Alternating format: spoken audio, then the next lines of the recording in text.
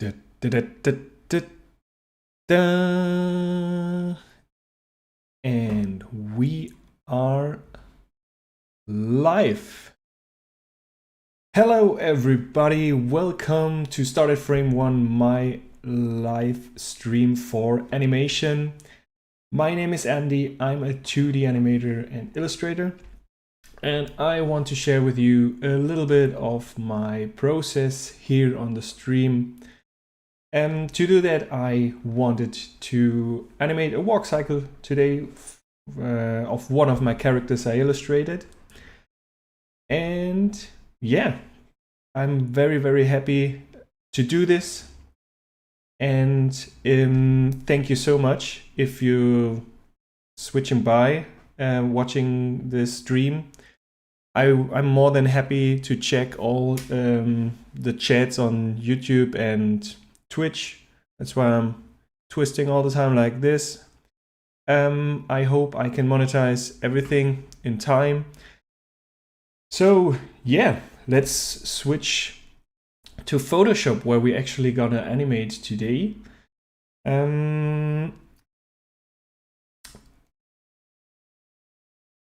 To animate in Photoshop, you're gonna need a free script that I'm using as well. Or, well, you don't need it, but you probably want it because it makes your life so much easier.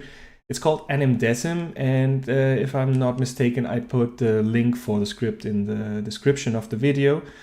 So you can download the script and try some animations on your own if you haven't done it yet. I'm using Photoshop for this purpose right now just because I like working on Photoshop animating, especially for the first rough drafts. But there are so many softwares out there where you can actually do frame-by-frame animation, and it actually comes down to whatever you prefer. So yeah, Photoshop, I think it added 5 years or something like that, the possibility of a timeline. So you want to open the timeline on the windows. You want to create a new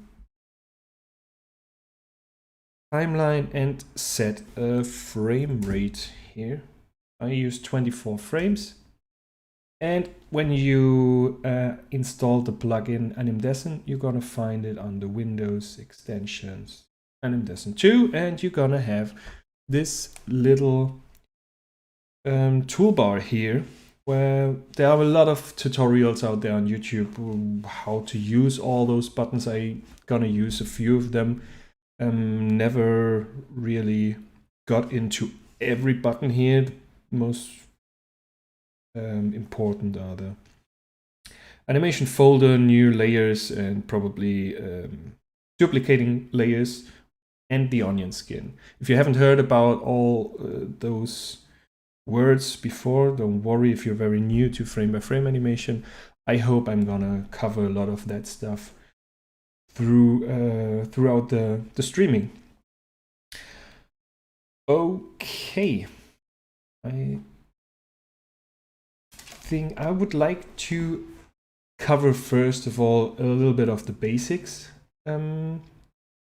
when it comes to walk cycle. I don't know, did I say I want to animate a walk cycle? Okay, the purpose of today is we want to do animation of a walk cycle, and I'm gonna look for my actual character. So this is our character that we're gonna animate. Let's call him Tentacle Boy. And let's copy this as a reference.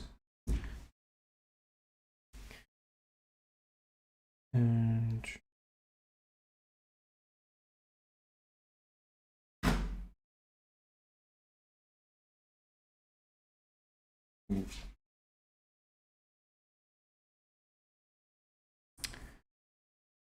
okay.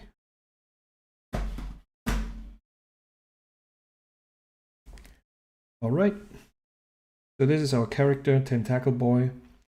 Let's put him beside. So we want to animate a walk cycle of this character. And before I go into the walk cycle, I just wanted to cover a few basics for those who haven't done any walk cycle animations yet, or want to start with it, or just have the basic knowledge.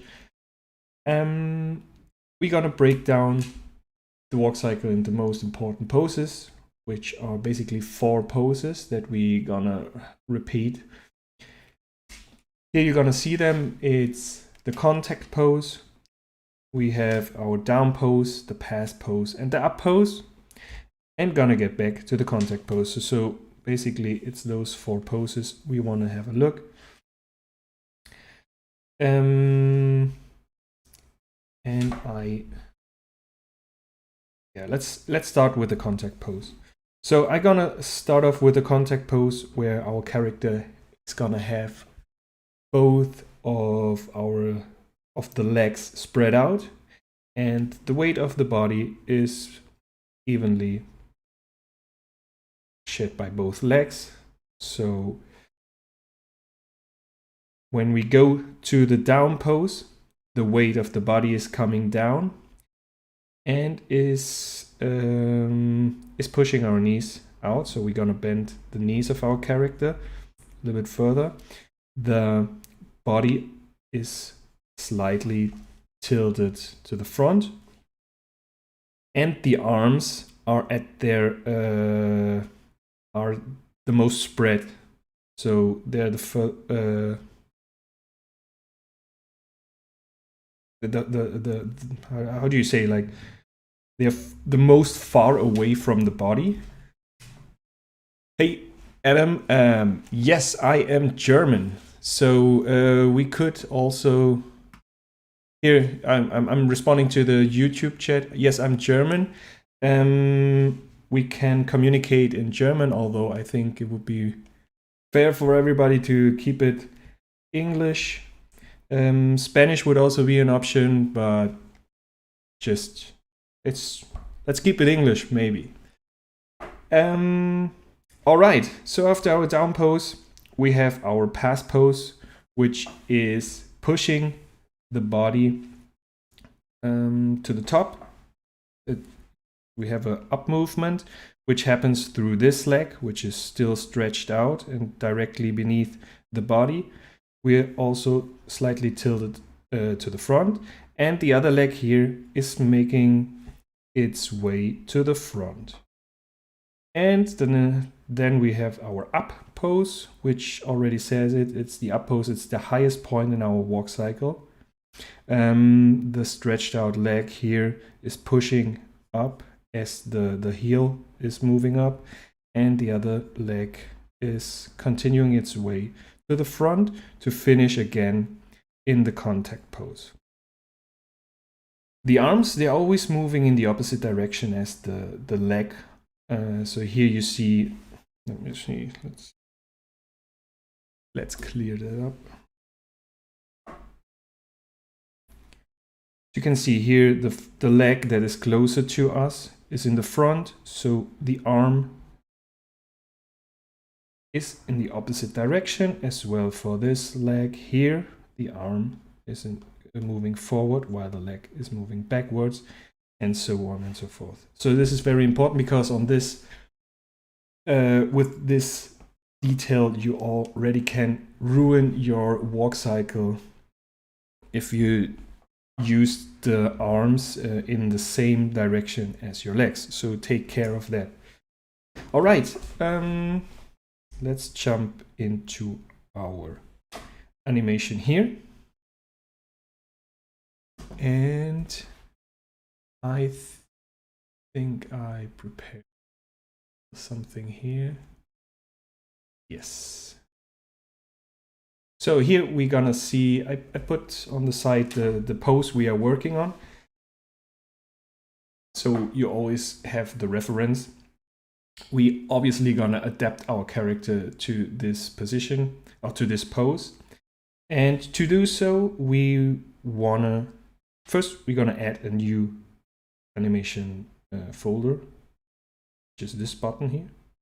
So you see here, we're gonna have a new folder with a first layer, and this first layer is represented here as 1 frame in our timeline. We can extend that. I normally do 4 frames at the beginning. And we want to have... I just need some kind of a pencil. All right. So I'm going to draw in our floor where we're going to walk on. Okay. For how long have you been doing animation? I started college 4 months ago and it seems really hard. You got some tips for effective learning? Hey, Grüße aus Neuss.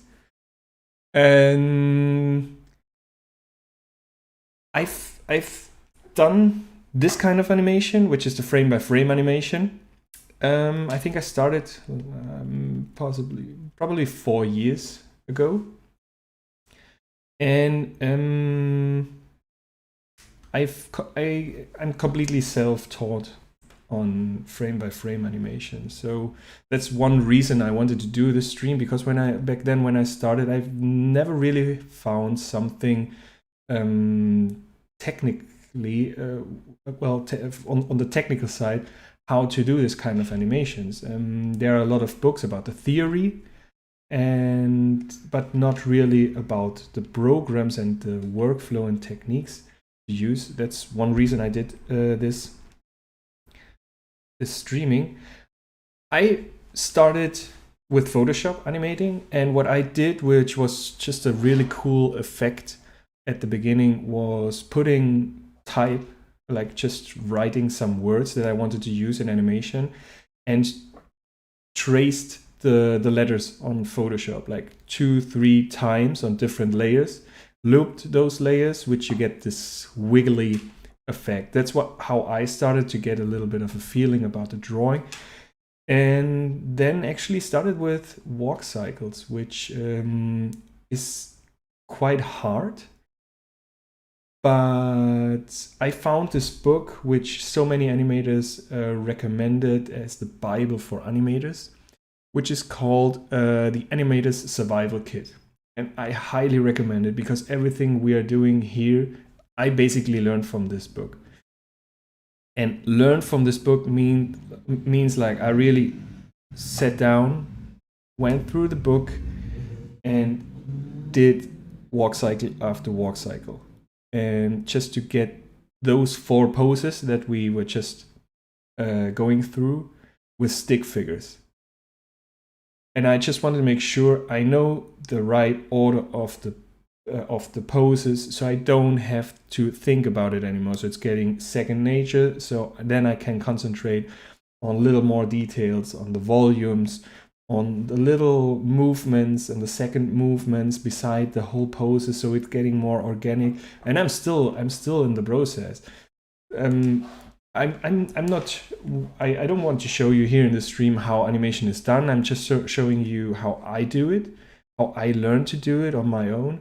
And if anybody watching this stream has a way better approach to certain things I'm doing, I'm so open for discussions and learning from somebody who actually knows more than me, which I suppose there are a lot of people out there. So yeah, when you say you want to start animation, like it's a huge range of different techniques, because I started animating back 10 years ago, and I started with After Effects. I actually studied motion design, and during the years got more and more into 2D animation. I actually found my true passion in illustrating and animating those characters, or not only characters. But I like the idea of not being limited to certain plugins or whatever. So, but just drawing. Like the only limitations are my drawing skills, which I still try to improve every day, and I'm still on my way. So I hope this helped somehow, Adam. Yeah, take a look at the survival kit, the animator survival kit. And there are more and more breakdowns of animations on Instagram or Behance, which actually was how I learned it. There's I think a pretty good course. I never did it, but I heard people that tried it. It was a class on, I think it's motion design school. I'm not really sure, but it's from Enrique Baron, which is an awesome animator. I'm probably gonna take the link into the description afterwards, so you can check it out. Okay, so now what we want to do, let's get back into our walk cycle here. I want to break down our character into simple shapes, which is not that difficult with this one. Because we have just a cube here. Let's take another color here. We have this, sorry. We have this cube. We have these tubes. And our tentacle. And that's basically what we're actually gonna animate at the beginning. I want to break down the process as detailed steps as possible, although when I'm normally animating, I probably jump ahead a few steps because everything that I'm showing right now is later on, when you have to practice, happening in your head. But there are a lot of times when I just start to struggle and don't really get the right angle, the right perspective or whatever, so I have to break it down until I really get into geometric shapes and can analyze it, how the movement actually works, and then build the whole volumes and everything on top of that. All right. So as we watch in our contact pose here on the side, we gonna have our body. So we have one leg stretched out, so, and the other leg, so. And I'm gonna put in some guidelines here that help me to position the tentacles. And let's see.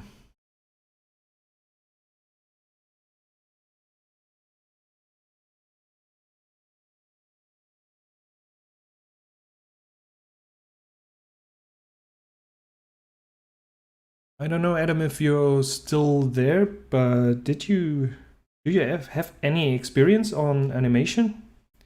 Or do you have any specific topic that you think you would be interested in starting first? Because what also is very easy or a good exercise at the beginning for frame by frame animation is actually just like flowing liquids and blobs. I think that's also an exercise that in Enrique Baron's course they are covering. Okay, so I'm gonna name those drawings. This is our contact pose. And we gonna have another one. So now I'm using the toolbar here. I'm gonna push this button so it's generating automatically a new layer which gonna occupy 2 frames on the timeline. I'm gonna extend it to 4. And a very important thing that you want to have when you animate frame by frame is the onion skin. And the onion skin is basically allowing you to see previous frames or the frames to come, so you have some reference. So now I'm pushing the button and now you see the previous drawing we just did, which is this frame here. So I'm adding again our cube.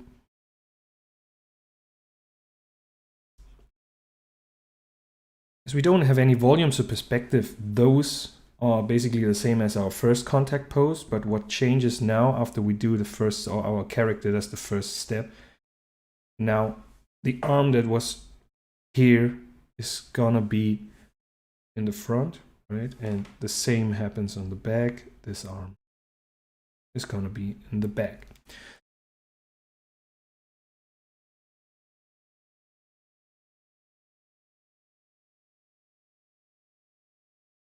All right, so Adam, pretty cool that you have the book. And yeah, the course, you didn't finish it. Yeah, I suppose I didn't start it. So I'm not really sure what Enrique is covering up in his course. But so you already have some basic.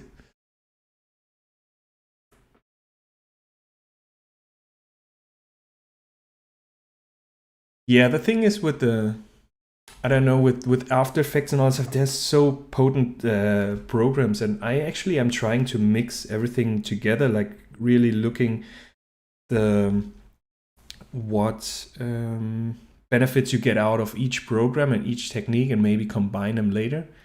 Especially to save time, because frame by frame animation is so time consuming. It's insane. And whenever you can do something in After Effects and feel comfortable doing it in After Effects, just do it in After Effects and not on frame by frame animation. Okay, now we have those two poses. So we call this as well contact. This is gonna be important for later. All right, so you get the idea, right? Okay, the next thing we want to do here is start with the volumes. Bring it here. So let's see. I want to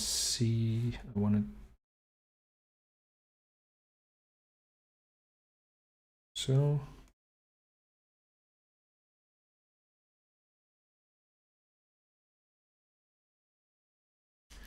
okay. Now this is the lower plane of our cube. So, and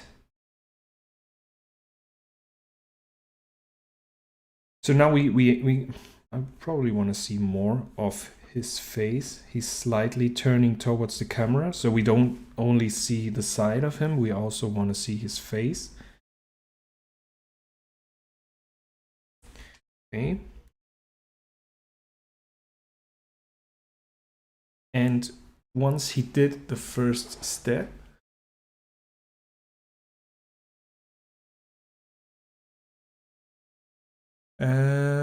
are you gonna make the walk cycle flat or also in 3/4 pose? I'm not really sure what you mean with the 3/4 pose, but I'm definitely gonna work on perspective, and we're gonna make that dude like very limp. Like the whole character is designed like a limp, some underwater creature probably, and I'd love to put that as well on the walk cycle. So it's definitely gonna he gonna has I hope he's gonna have some jive when he's walking, right? So that's what we're gonna get into right now.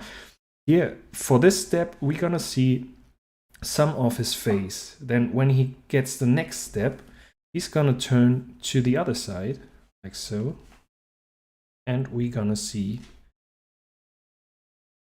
his back. Okay. Just put some simple shading in here. Okay. So now the character is turning, right? You already get a slight idea. Here we want to have our floor. Okay. So I think we continue with the next pose and then add more and more details as well on the volumes and the different squeeze and squash effects in later. So let's see here in our poses, we covered this one and we covered this one. Now what we want to do is take a look at our pass pose, or the breakdown pose, because this is gonna define actually how the walk cycles is gonna look like. And here as well, like this is the basic, the very basic. Every change you do on this character is gonna determine the character of this walk cycle, or actually the character of the character, if you want. So we're gonna continue with this one because this is right in the middle of those two extreme poses. And we gonna see, I'm gonna put in the reference here. This is our pass pose. So how normally I start with the foot, which is, it's this one. It starts to move back, still stretched out, and it's gonna lift our volume, our body.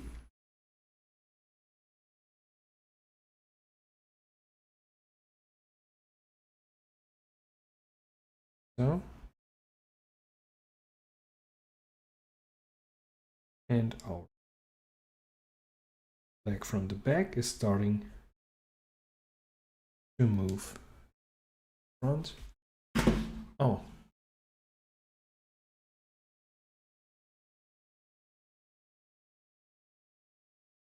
Right. And we are with our arms. So this arm here, it's in the back. So when the walk cycle continues, it starts to move to the front. So this is those are tentacles. I want them to be very limp. There are no joints in, so it's basically just gonna be a curve for now. And the same for the arm in the back is something so.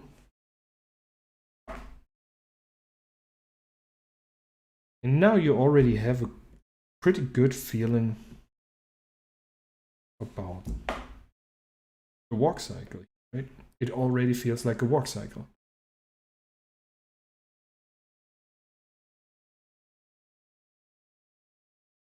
Right.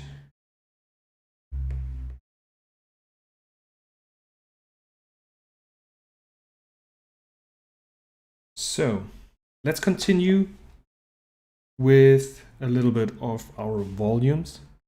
So now that I have the volumes here on our cube, I also want to bend it. I want to squeeze and squash it according to the physics.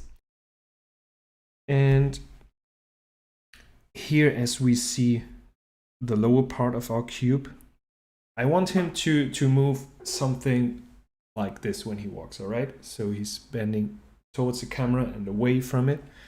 So here in this part, I want him to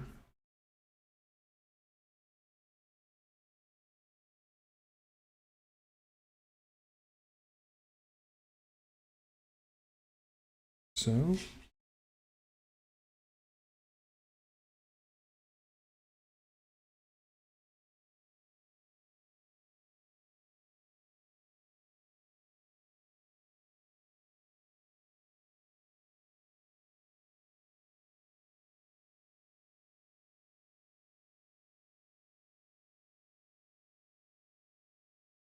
Okay.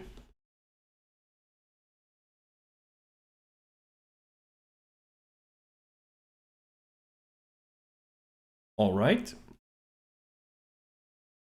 And on the other side here, I don't want to see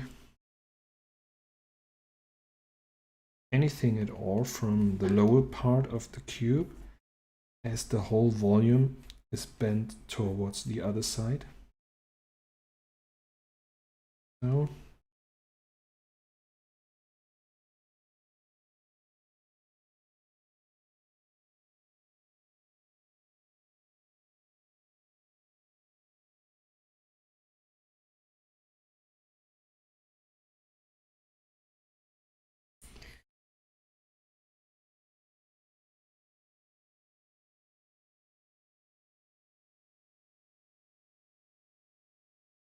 okay.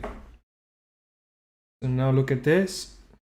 We already get some looseness in here. It already has some kind of character to it, right? You're getting loosen up. And well, now we can push it further. One thing on the walk cycle that you may want to have in mind is how your shoulders and your hip relate to each other. So as well as the arms and the legs, they always move into the opposite directions. So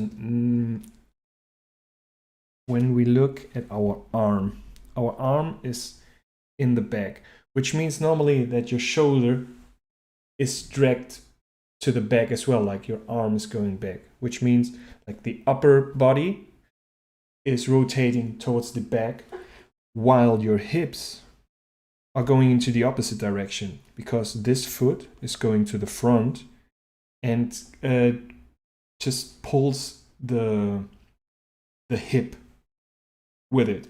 So let's see how we can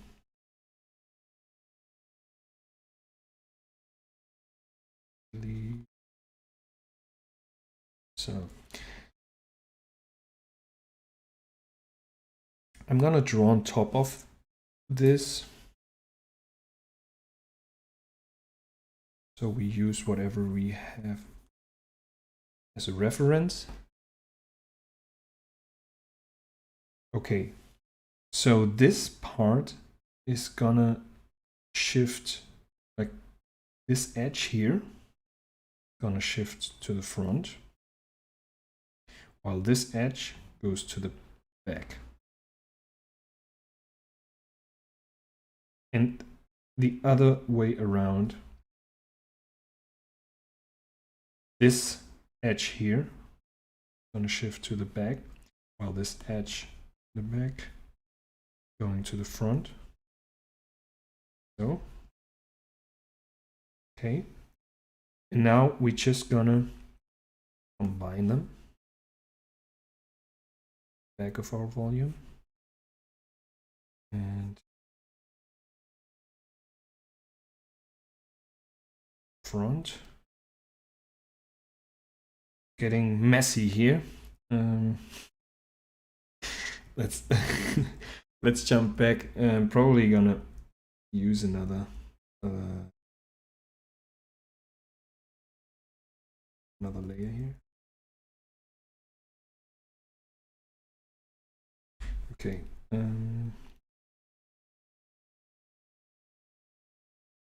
So to the back.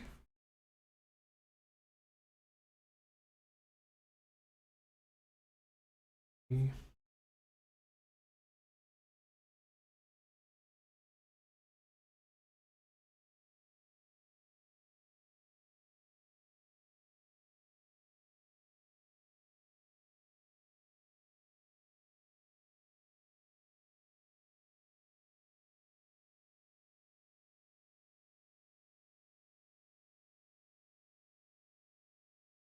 So here is our arm. Here's going to be our face. And put in feet. Legs. Here's our leg in the front. And here comes our in the back. I start to put in some volumes to make it clearer.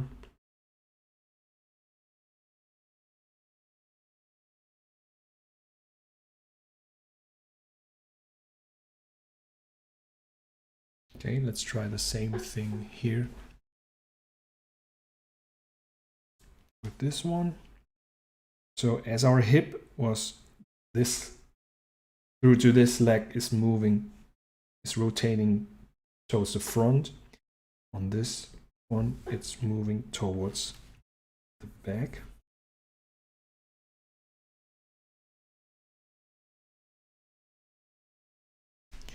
So this edge shifting to the back while the edge in the back to the front.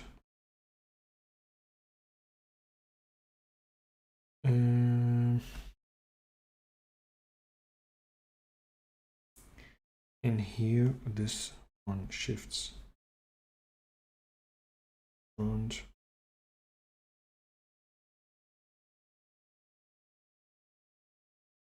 See, messed up.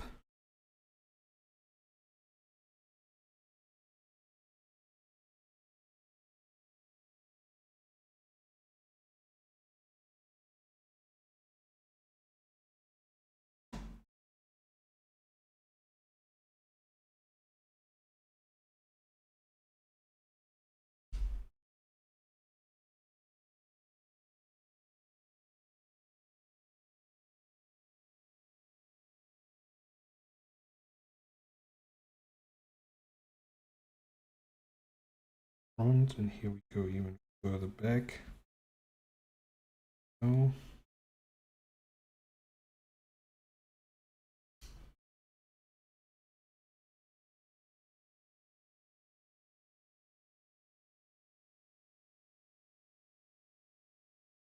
Back. Side. Okay.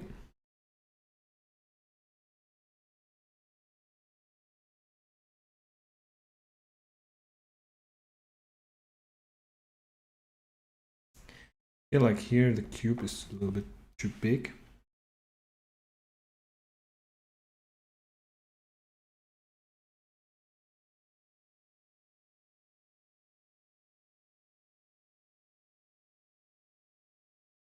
Okay.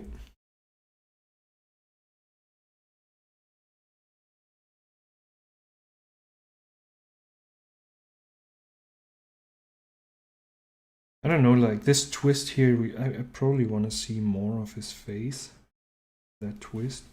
So I'm gonna probably shorten.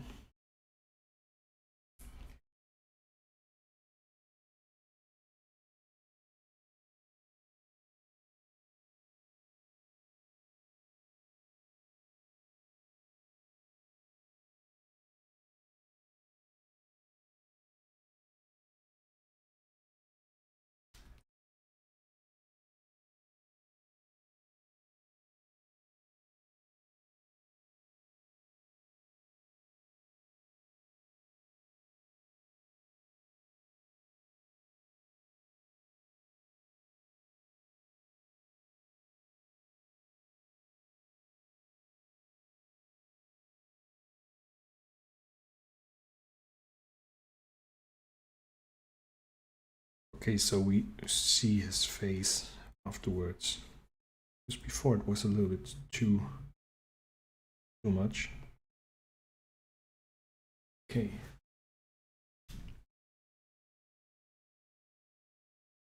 Okay.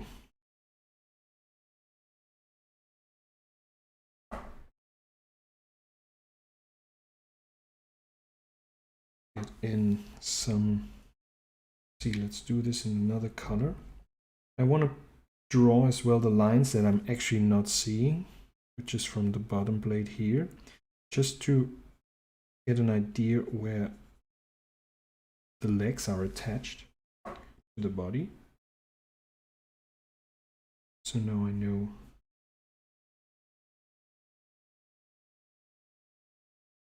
here is my leg, and here is the other one. Leg in the back.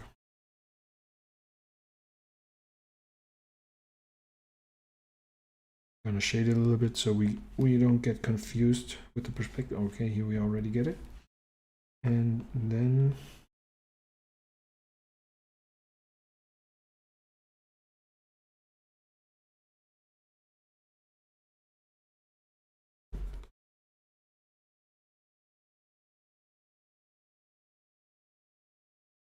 okay.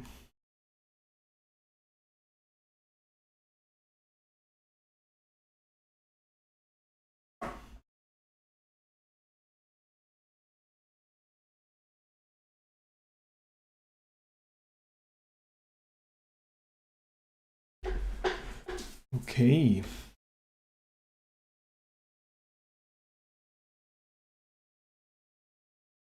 I know, probably don't want to see the only. Probably want to see a little bit of his face in the pass position, not only the plane from the side. Getting more depth.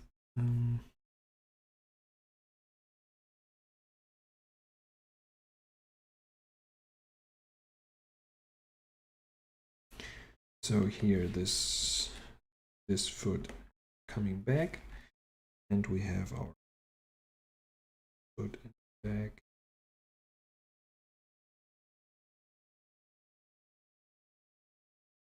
Front.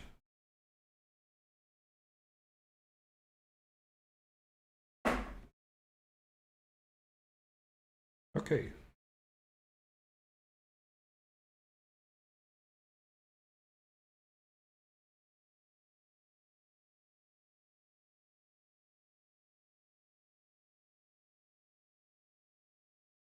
So about the software, I'm now using Yoam. Thanks a lot. I'm using Photoshop just because I feel a lot of people may know Photoshop from using it for other purposes, and that was my case. And so you already feel comfortable with the software, and you learn a new tool within the software before learning the whole new app. After I got more and more comfortable with the frame-by-frame animation, and also really this script and in Decim, it's pretty good to start off, but you're gonna find there are a lot of limitations, and it makes it a little bit difficult sometimes compared to softwares like Adobe Animate. So I started to learn Adobe Animate, but or Flash as it what called before. But I'm still struggling with the software. I often use it for cleanup because depending on the look you want, you probably want to do this in Animate because it's vector based and it has a certain aesthetics. As well, it's very very good if you have client work and you want some certain flexibility, because frame by frame animation doing changes may cause a lot of work. But for example, Animate is pretty flexible when you want to change stroke width or stroke style afterwards. I think coloring is also easier with it, but then you won't have any textures. This is really just vector based or vector aesthetics, which is totally fine depending on what you're looking for.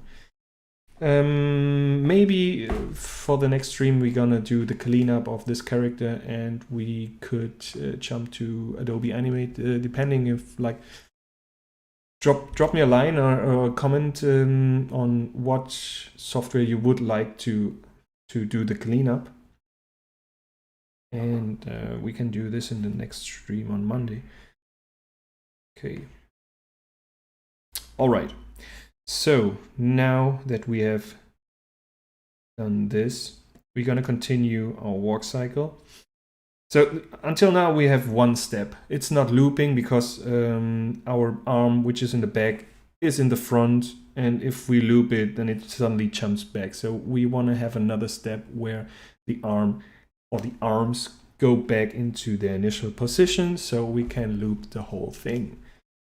So what I want to do is now take the first pose, which should be the last pose in order to loop it without any problems. So here we have this convenient button just to duplicate it. I put it in the back, so now we're in this the way around.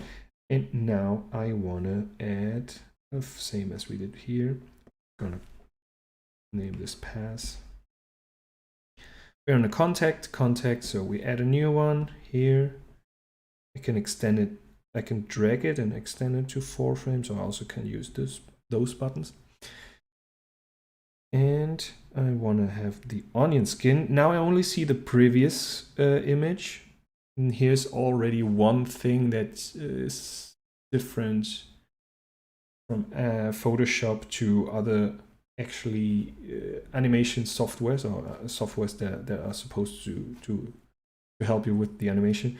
You have to go into the settings and tell him how many frames after your current location you want to look ahead. So I have 4 frames. This drawing is 4 frames, so I want to see 5 frames ahead, and now I can see the previous one and as well the next one, right? But you see it's getting a little bit messy. Also pretty convenient in Animate as it's vector based. You can choose a line onion skin, which means you only see, it doesn't matter how thick your stroke is, you only see the very small thin line where the vector actually is in the onion skin, which makes it a little bit clearer. But right here I only care about the position of this foot, and I want to just get a little bit of an idea where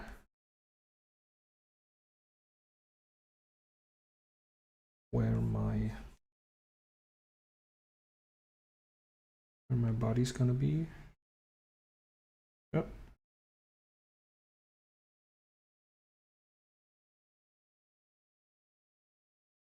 And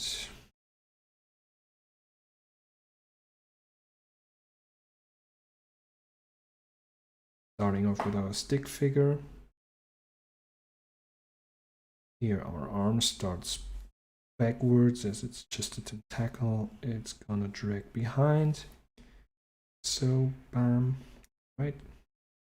And the same with this arm, tentacle.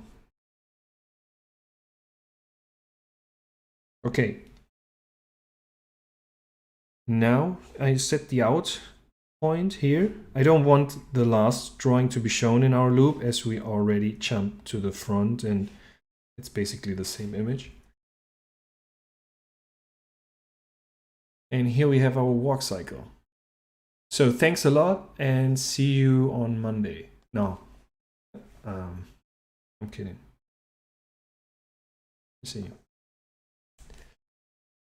Funny. Okay. So obviously we are still missing our down and our up pose here. So that's why it's very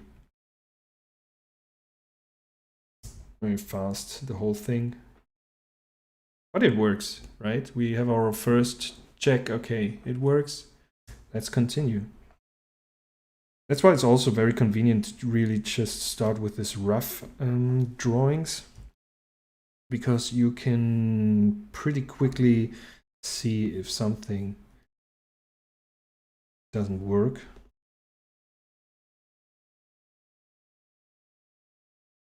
And correct it before getting all the details in there and losing a lot of time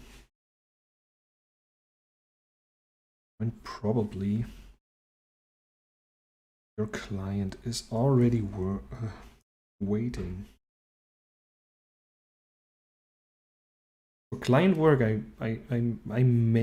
would probably send this very first rough animatic to get approved before I continue putting in other things. But it really depends on the project and on the client and the trust you have with your client or agency or whatever, and get a feeling of what they probably want to see, so they don't get too nervous. I'm now trying in again those just guidelines of invisible to us, to make sure I position the legs correctly. Okay.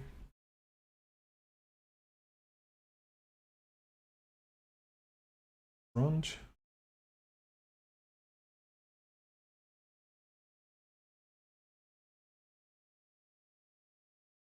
And in the back.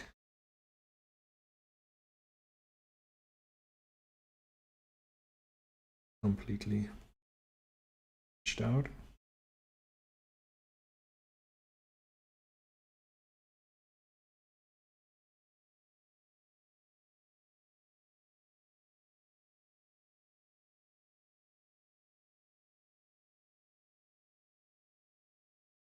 Okay. What next?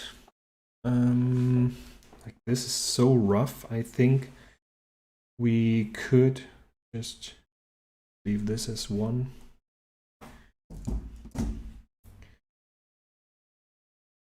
And do a little cleanup. So afterwards we can put in the... Oh no, let's continue on this one. Sorry. Just... Okay, now we're gonna continue with our down pose.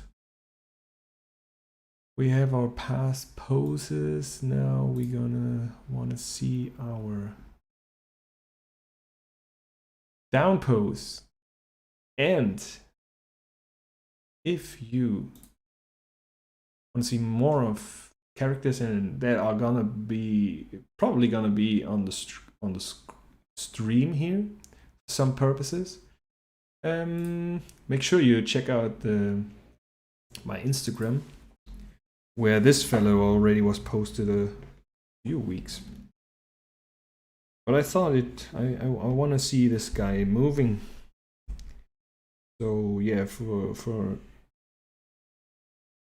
future episodes, maybe we're gonna design characters directly in the stream. Or hey, cool teeth one, hello. Oh, cool teeth, Tommy.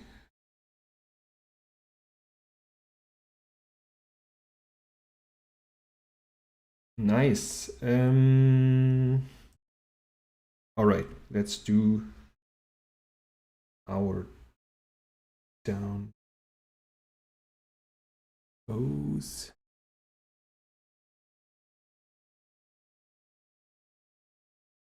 Okay. Now for the down pose, I want to see the previous frame and the next previous drawing, next drawing, just to make sure my feet are aligned correctly, so I don't go beneath the foot you see here from the next drawing, because that would look weird. We want to have it in between this position and that position, so I just gonna put it in here.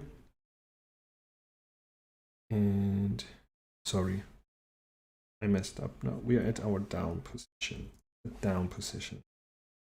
So here I just want to see my previous frame. I'm gonna orientate on the previous frame. So what's up with the down position? We're gonna have this foot complete contact on the floor. This one is getting a little bit further, then lifted a little bit further up. Okay. The whole body is gonna come down, and as it comes down, I think we're gonna bend. We're gonna push the rotation, squeezing, and everything from our volume a little bit further. We're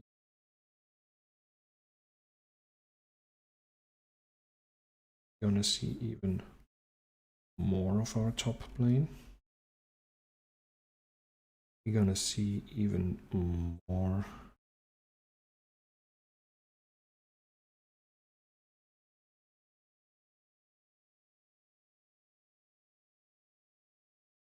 Okay.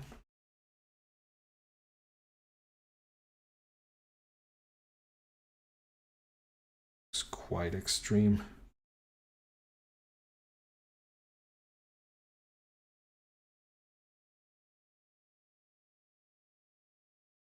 Okay.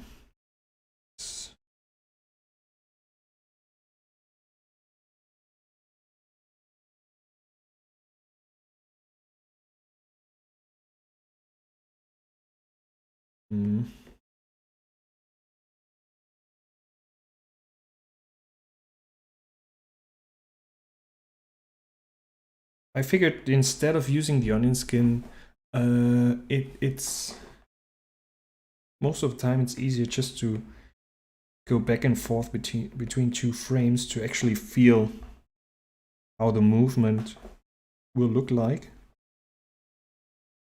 Get a better idea or sense how it's gonna work out. Let's see.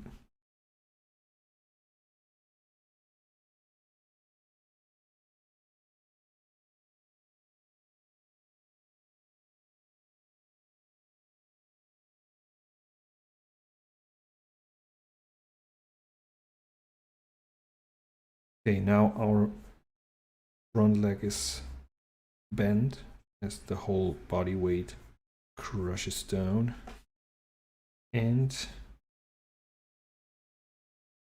this leg. Oh. Okay. And very important for the down pose is that the arms won't start to move in the opposite direction. They actually continue moving this way. Gonna create an overlapping animation. It makes it much more organic.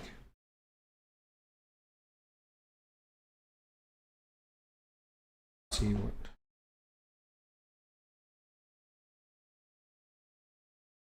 Okay, now we have. Can you see this? Okay, it's 24 frames per second. Yeah, that's also a problem with Photoshop. It feels. I don't know if it's because of the streaming, but I feel that frame rate drops, which makes it a little bit more difficult to actually preview your animation.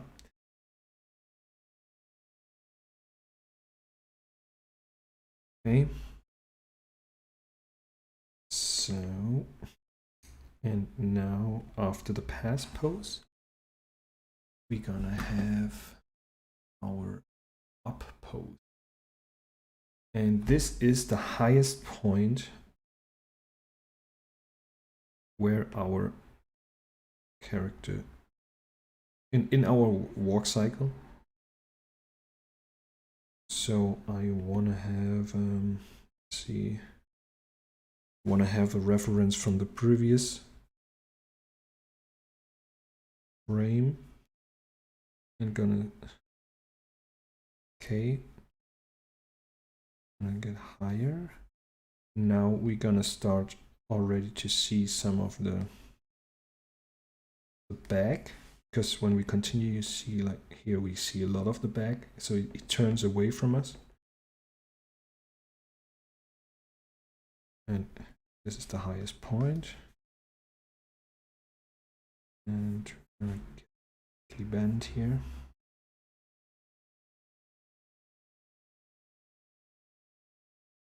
No. Okay. So now our foot in the front. Now I want to see the next drawing as well. And I just want to see where the foot is going to be positioned, because here it starts to lift. And I make sure that it's been between this drawing and that drawing. So that's all I want. Okay. Gonna put in some invisible lines, reference. See where our legs are attached.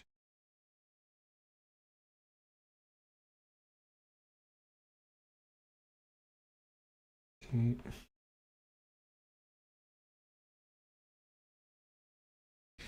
Okay, and as we look at our reference for the pose, we have our leg here, just going.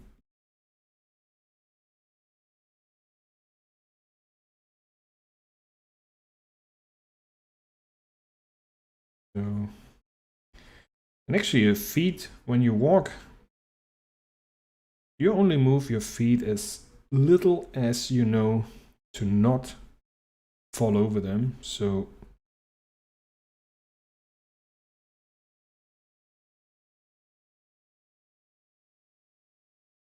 if this is the floor, you see here we have very little space. It depends as well on your character. Like, he could lift his feet like crazy. Depends on character. Okay, now I want to see the previous and the next frame. It's a mess. You could also do all the single elements on different frames and just focus at one thing at a time. Maybe, but I feel like I lose the whole image when I do this. Okay, now I'm here. Comes the tentacle still dragging behind. So maybe I want to have it closer to this position, so the movement feels a little bit like we're easing in on the next position. Because if you look at the spacing between the tentacle I just did and the next one, there's quite some space, which makes it appear faster afterwards in the animation. Like, the closer the lines are going to be together, the slower the movement is going to look. And I want to have some easing when I come to this position of the arm. You probably want to do the same thing on the back. So you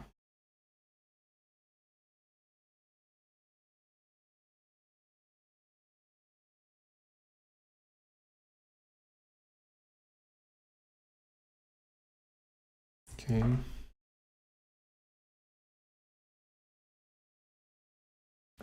So now we have our first step.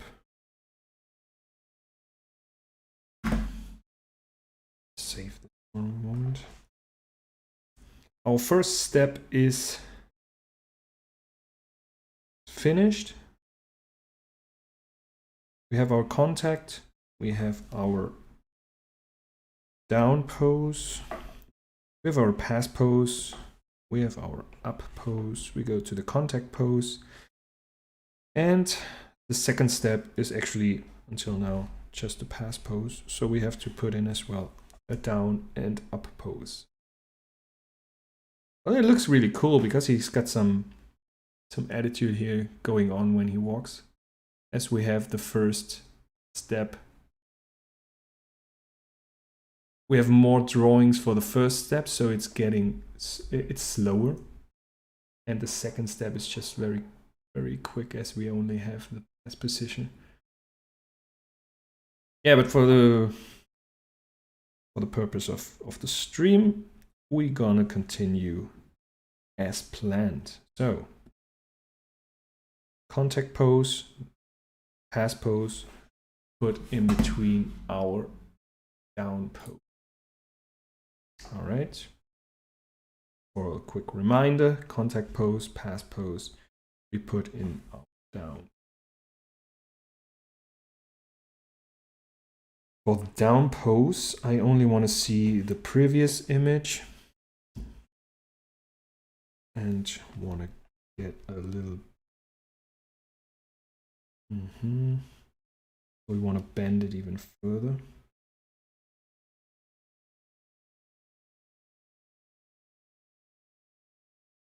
So this edge is moving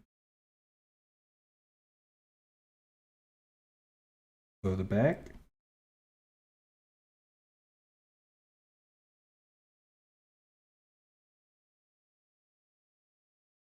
One front, one goes back.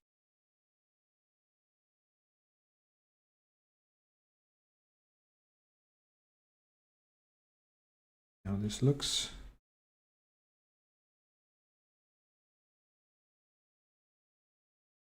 Okay, and as it's further bent down, it's also squashed, which is one of the 12 animation principles established by the masters of Disney back in the 20s, 30s. Squash and stretch is definitely one thing you want to do in order to make your animation more organic.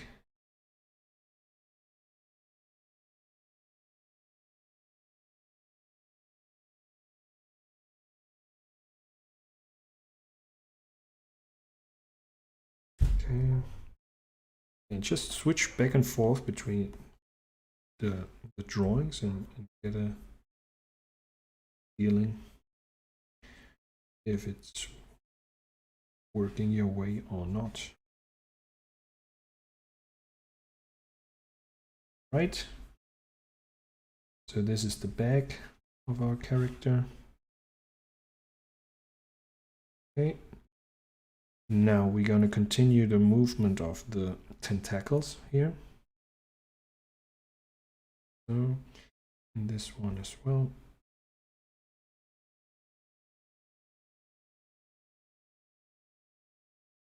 And let's go to the feet.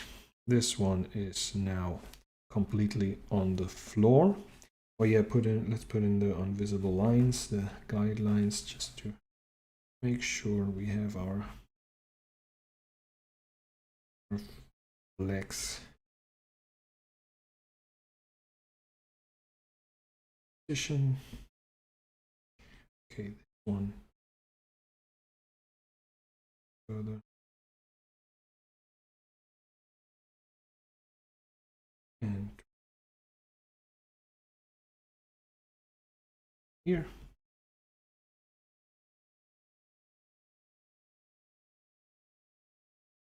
And here we have our other leg. Bending. So.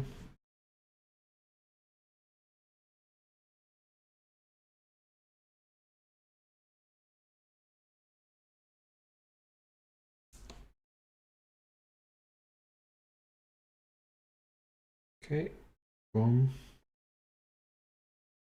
Now comes the pass pose and our last pose to actually close the cycle is the up pose.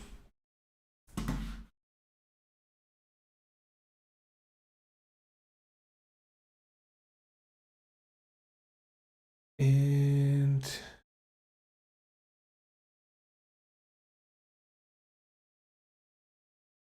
let's take a look at previous and next image to make sure I have foot correctly positioned here. Should be between this foot and that foot. Okay. I think It's everything I want to know from the previous image. Now I want to push the volume up so it reaches the highest point. Right, boom.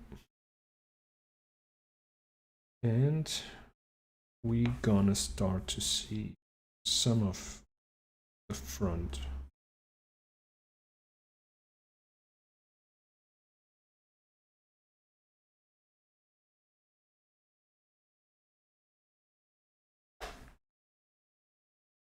Okay.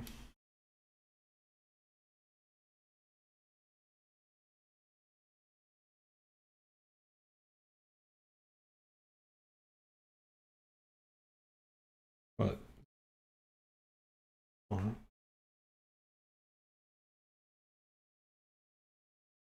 let's make them visible so we already see beneath the cube the volume.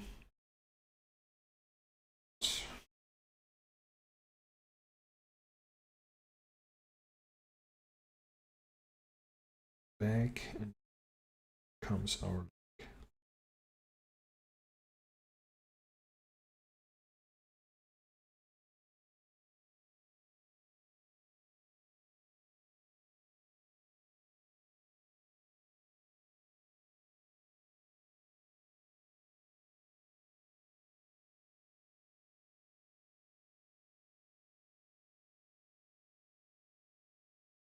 now we want to see the position of the arms from the next image.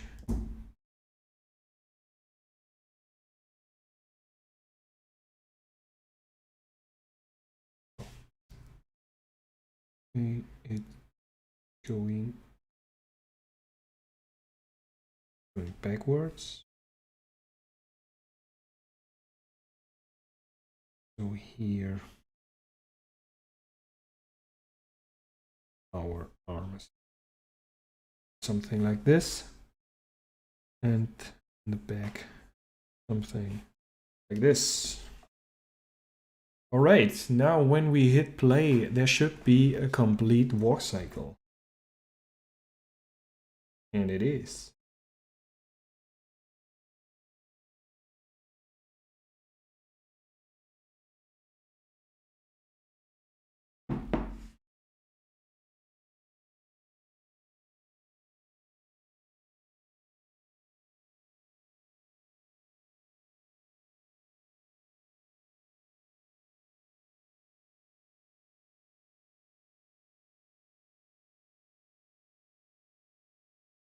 I think I want to see a little bit less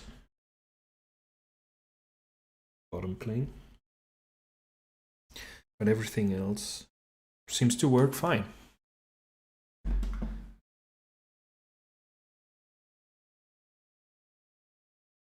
Okay. Now we're gonna create a new animation layer to draw on top of that. So we're gonna bring down the opacity of this one.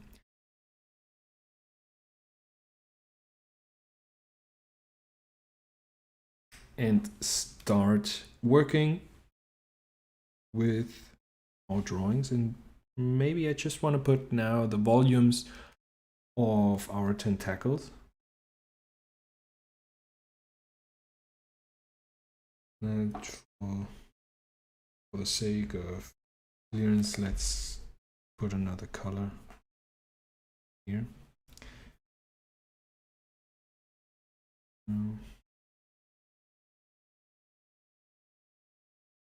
Okay.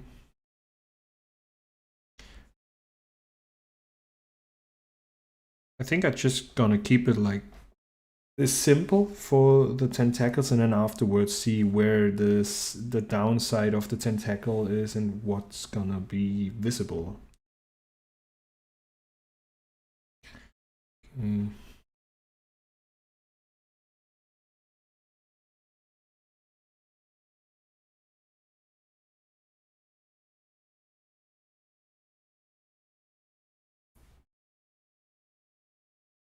Mm.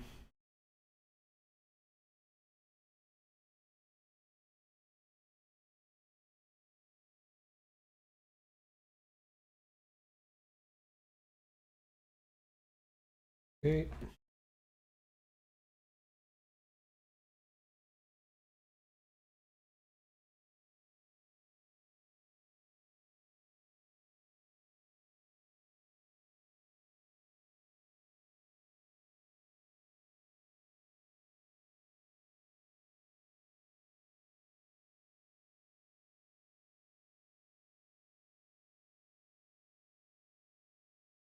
Right.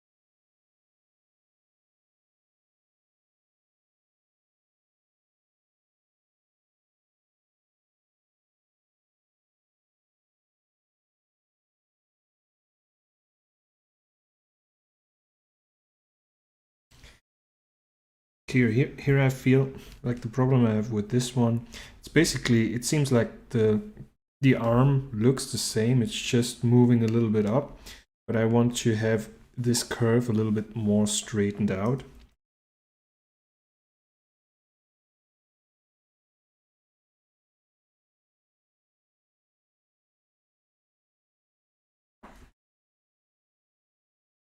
Short. So now I also do this very roughly and then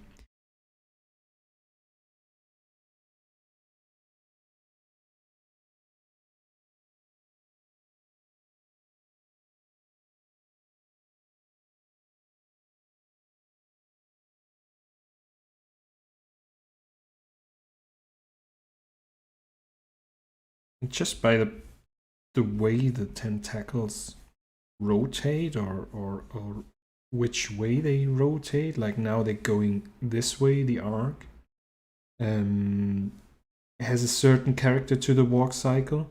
I could change that and actually have his tentacles even more lifted up, so he's turning them a little bit higher, which would give it like a complete other character,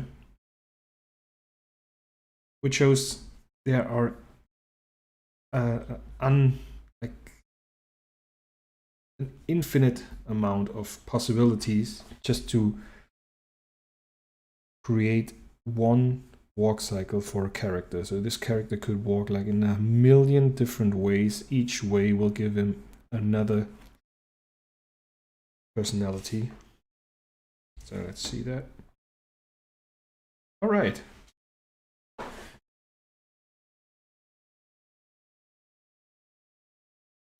And now, see, we get a little more into detail.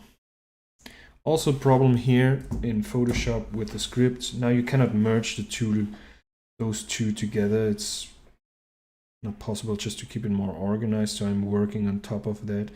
That's a little bit better when you go into actual animation programs. So you can merge your layers together, keep your project clean. In Photoshop, you just have to, yeah, what do you have to do? Just eat it. Okay, so we're gonna put down your and draw top of that.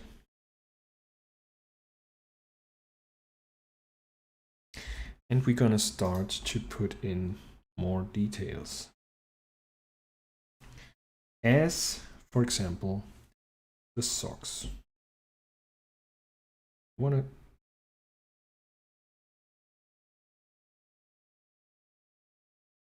Let's start here with the beanie. And we start to round out our shape. As this is not really 100% a square.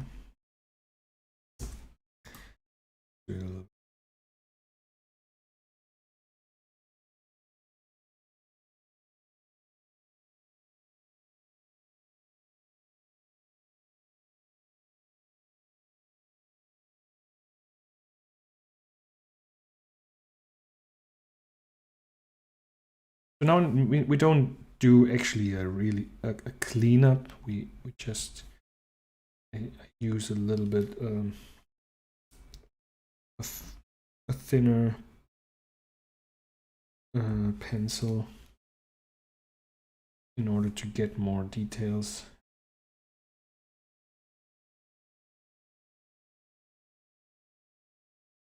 And get our last part of the rough animation.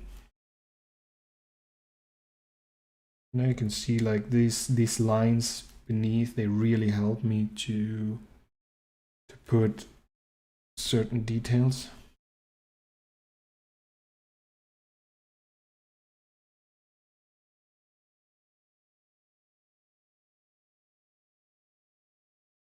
Is there anybody in the chat that already animates? And if so, what software do you use for this kind of animation? Because once you understood the principles of this walk cycles, you can apply that on 3D, on rubber hose animations in After Effects, and frame by frame animation. Like, it's the same, absolutely the same.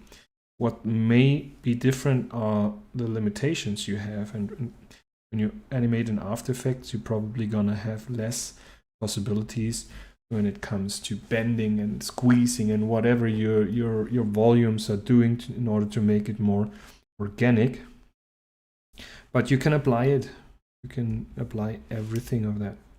So now I want to have a little bit more. I want to make those legs skinny to create the contrast to the bulky shape of the body.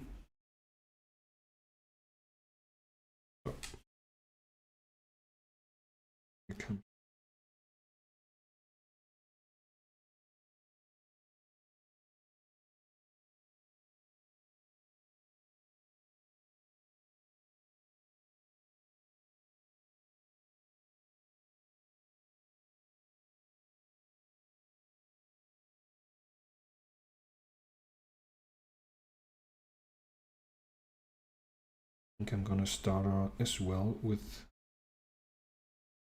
elements. Let's do the whole thing now.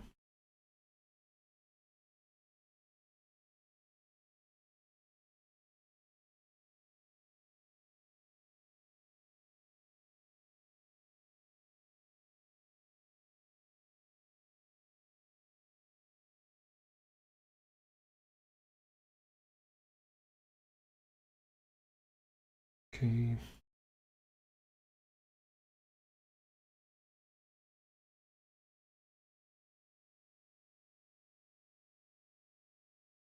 I don't know how you feel about the mustache better, but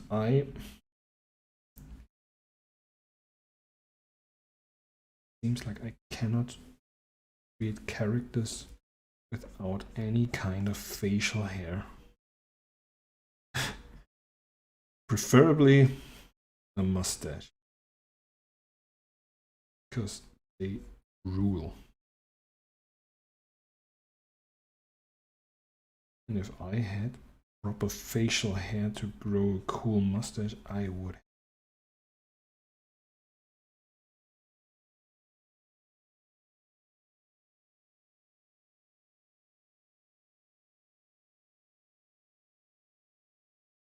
What is your take on mustache? Hey.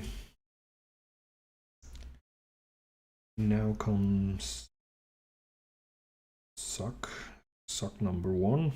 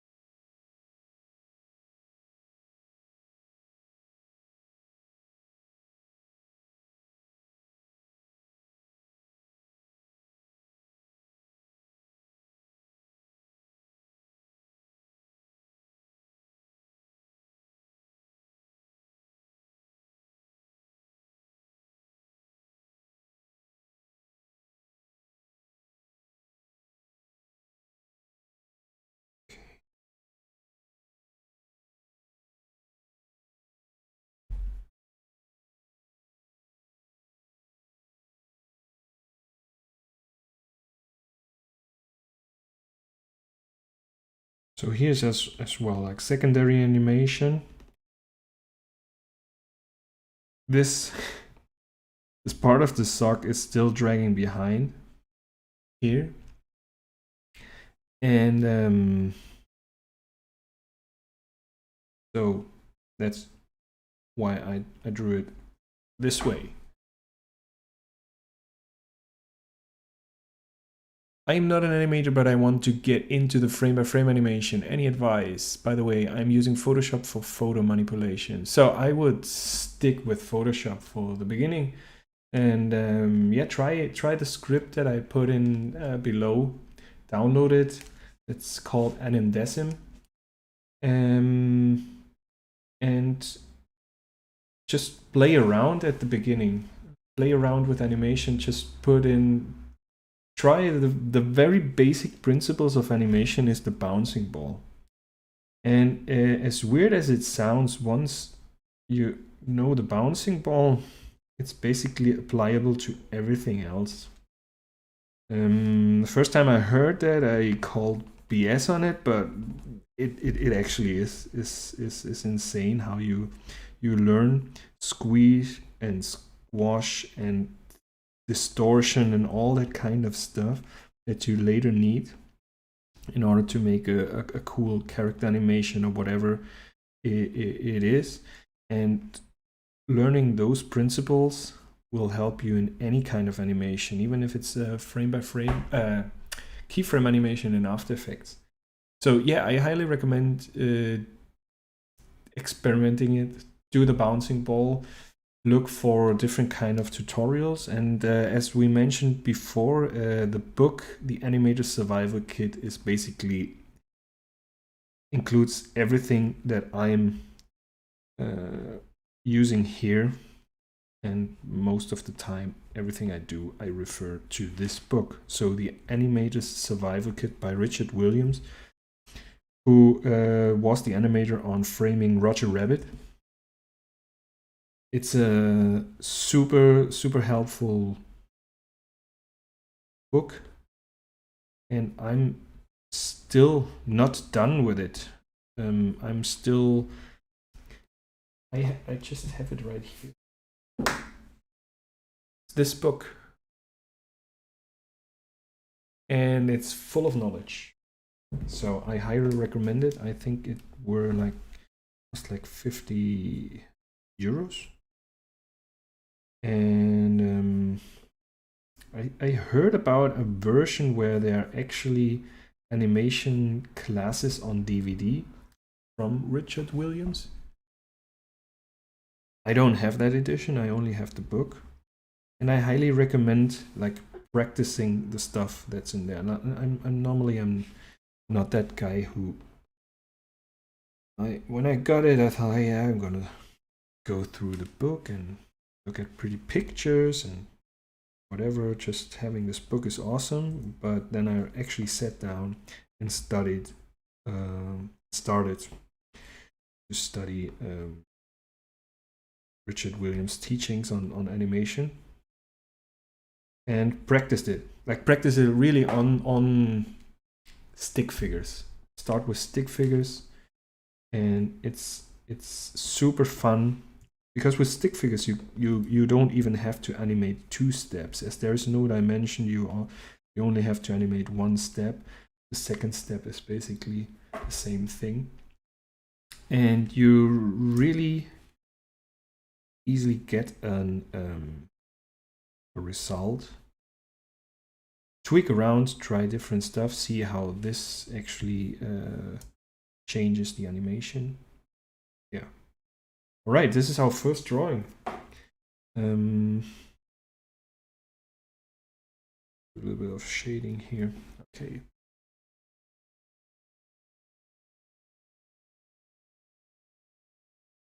My last experiment with bouncing ball led to broken glass. Not in not in Photoshop.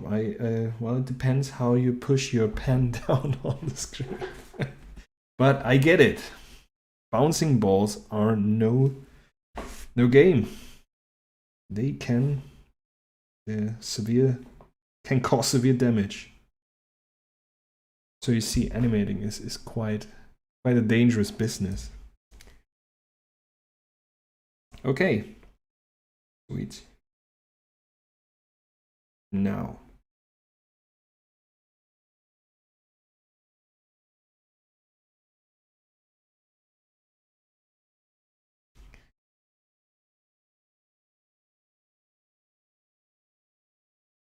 So this part of the sock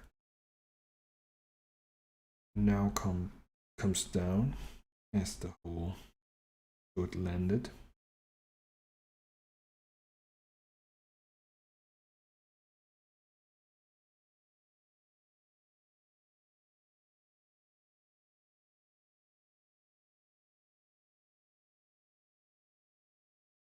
Now let's see where.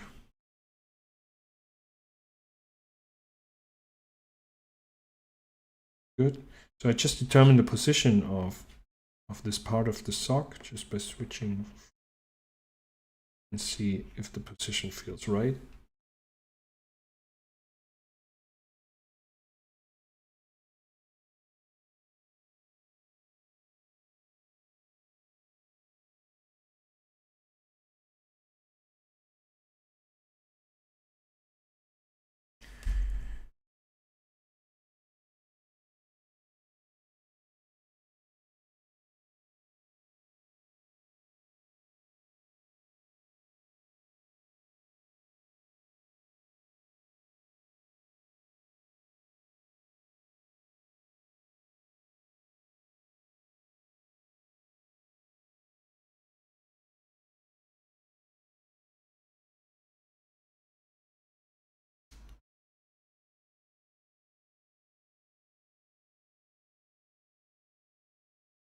Oh yeah. Maybe we wanna like those flip-flops.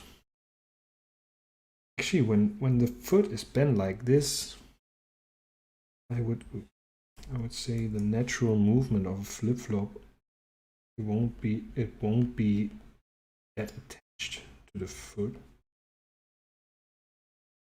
So we flippity flop it maybe like so.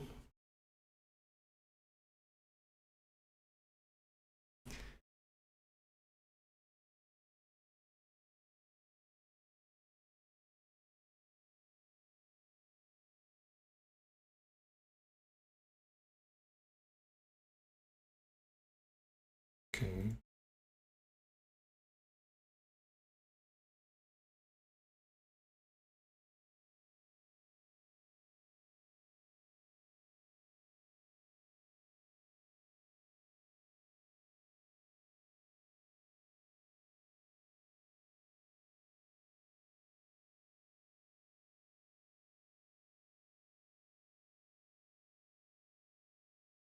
Comes the sock.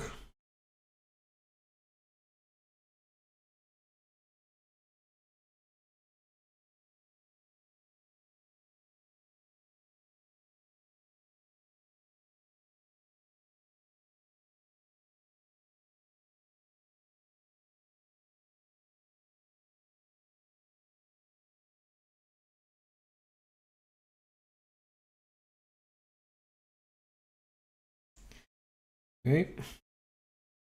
And we're gonna round up this shape.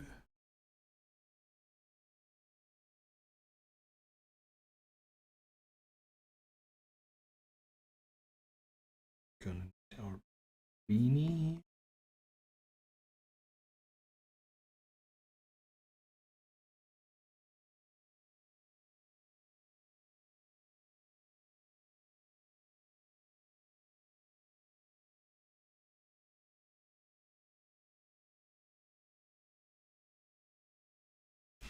We get the perspective right.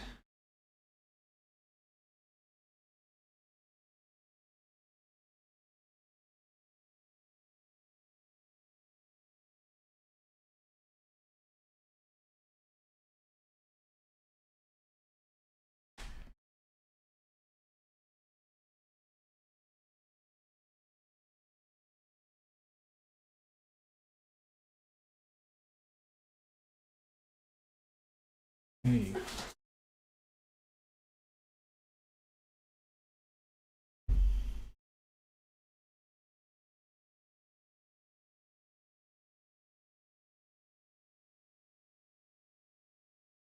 I think I want to have the mustache dragging behind, create some secondary animation, overlap.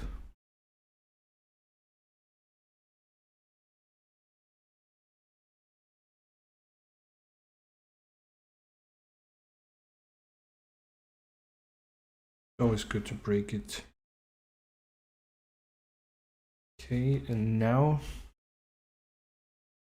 in the down pose, I want as the whole weight comes down. Now the mustache gonna be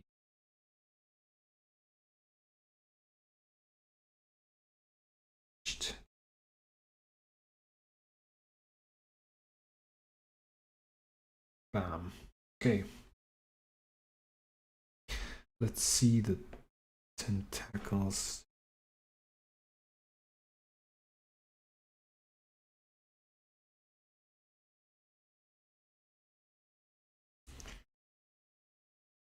Over here.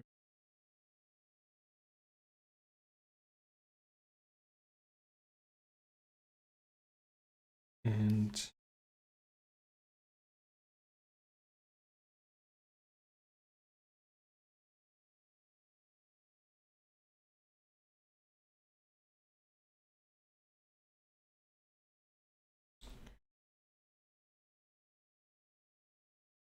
oh yeah, if you wonder about like hardware, I'm using a Cintiq 16-inch tablet,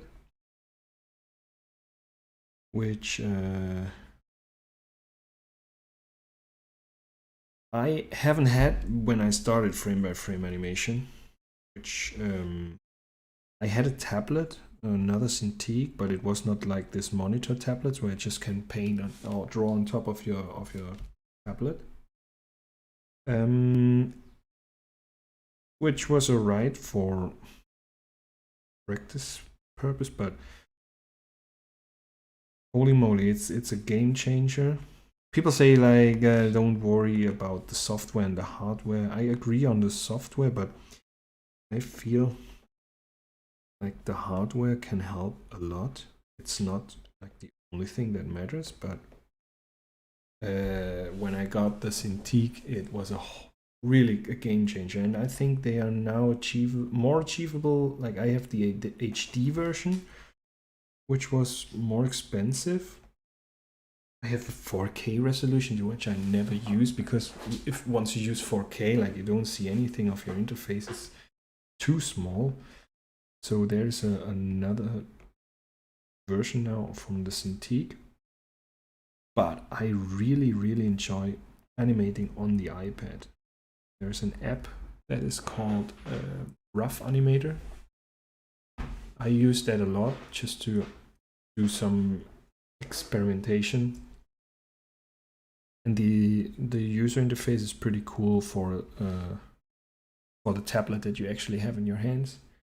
So all the important things are in reach of your fingers, and it's pretty fun. Procreate now has also animation function, but I'm not really like Procreate is insanely awesome. Like I love it, but for animation, I don't know.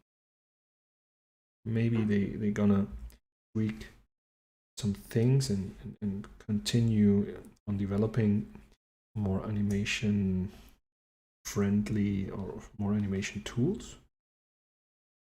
But Rough Animator is, and I don't know, it was like 20 euros or something like that, maybe. Really can recommend it.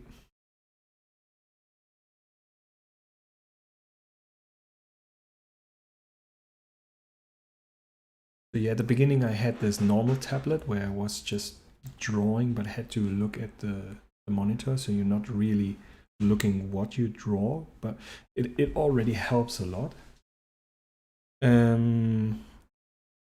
But when you have to do like this very clean or very detailed in-betweens between two drawings and really have to get in the two lines that are already so close, and you have to fit in the other line of the in-between just between those lines, monitor tablet like the Cintiq are very helpful. But as I said, like the walk cycle, you can do this in After Effects with a mouse. Like you don't need tablet. It's just for frame by frame animation, hand drawn animation. It's very useful. Hey. Okay, let's continue with the next one. Start. Beanie.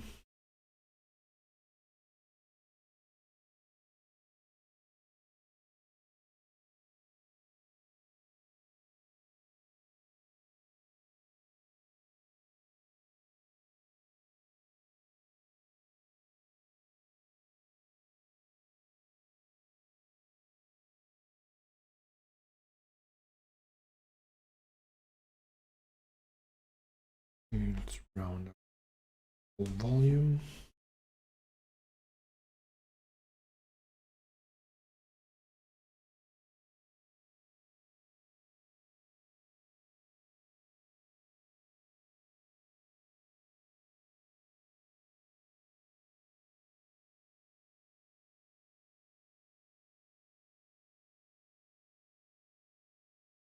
So here the mustache as well is gonna drag behind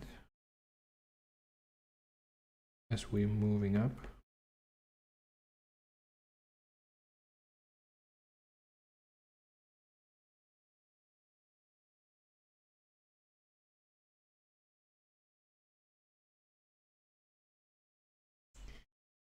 Not sure if we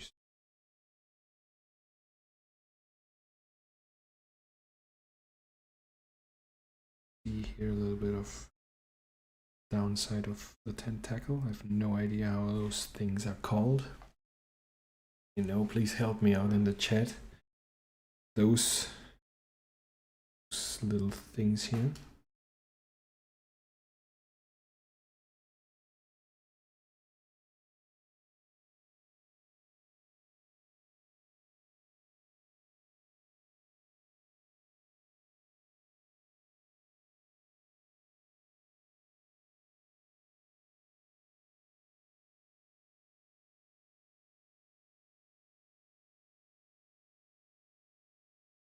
Okay.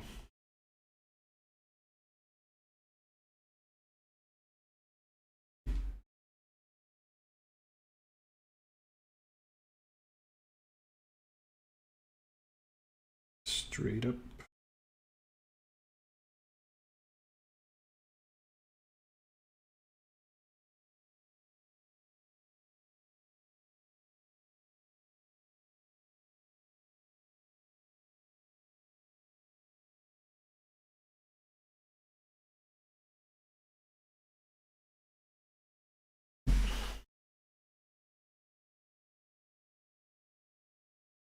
And here as well.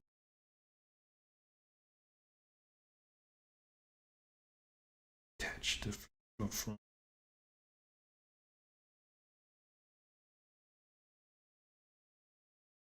On the foot.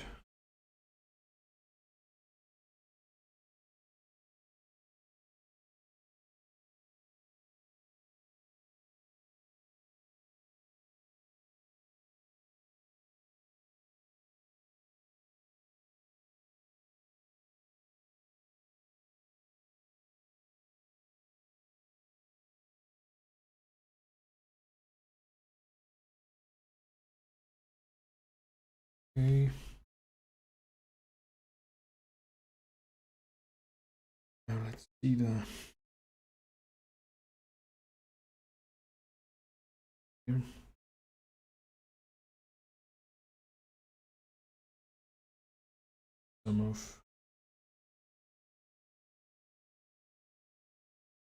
Some of those tentacle things. Let's call them tentacle things. Until if nobody actually writes in the chat how those tentacle things are called, I assume nobody knows how tentacle things are actually called. And you're just saying me like you're fine with tentacle things, right? Which is fine for me. I'm absolutely no problem with tentacle things.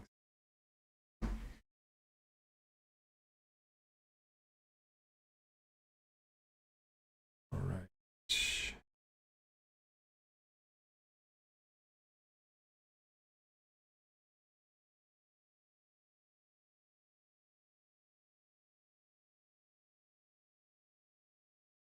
Okay, we have our third drawing, and we still have 5 to go.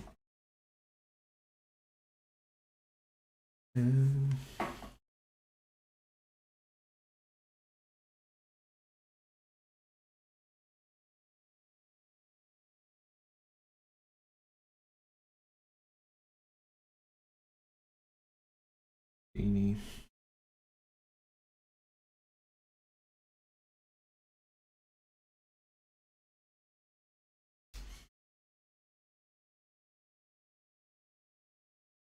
Shape.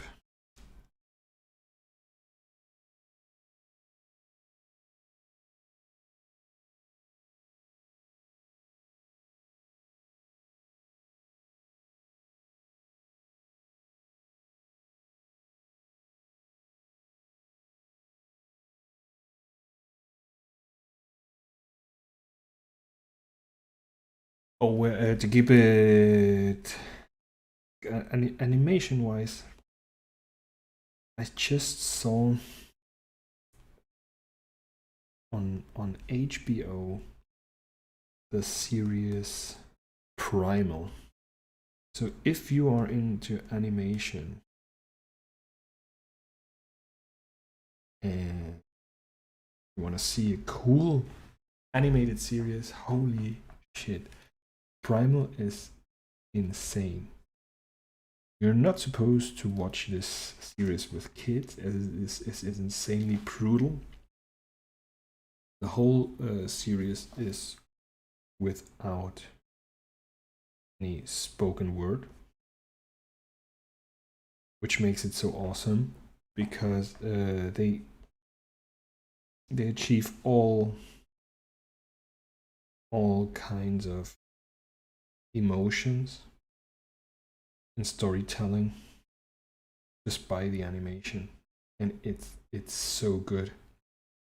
So it's about this. And if you like dinosaurs, Primal is the thing, the shit. Highly recommend it. And I was looking at a making of video on YouTube where they actually said that they wanted to hire, I don't know, only but mostly student graduates, as they are highly motivated and gonna animate the shit out of it, and that happened. It's pretty cool. Anybody seen Primal?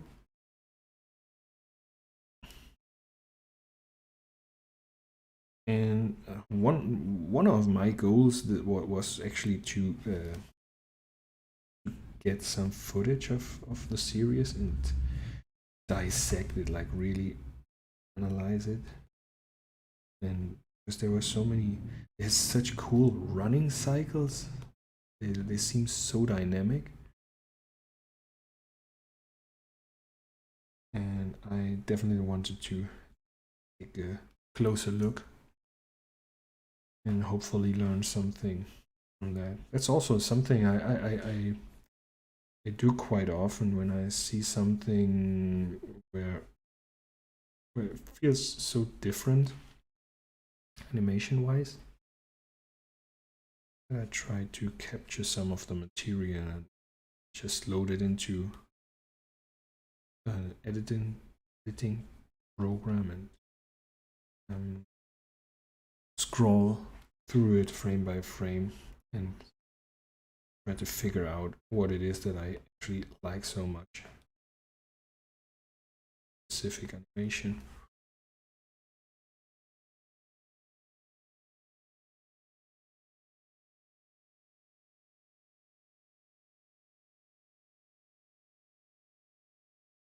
He's a happy camper, I think. Like he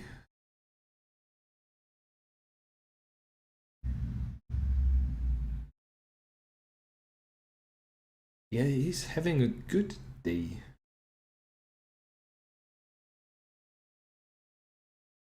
Right.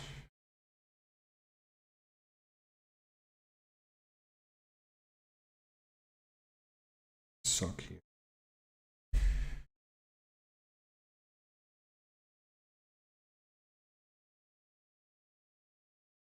Don't miss the sock.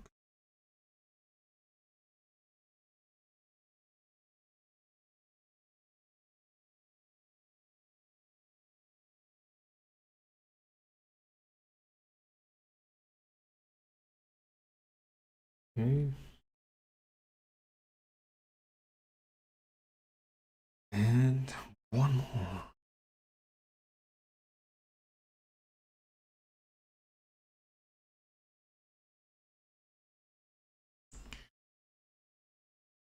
This is also the perfect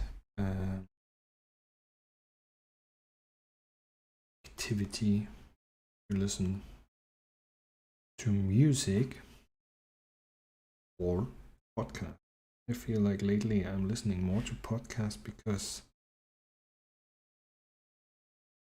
I'm not sure if I'm the only one who has the problem with algorithms, but Spotify basically just gives me the whole same thing over and over again, and it's very hard to break through this algorithm questions. And yeah, sometimes working on your own in the studio, I feel like podcasts are a good medium to fill the room with other people, so you're not that on your own.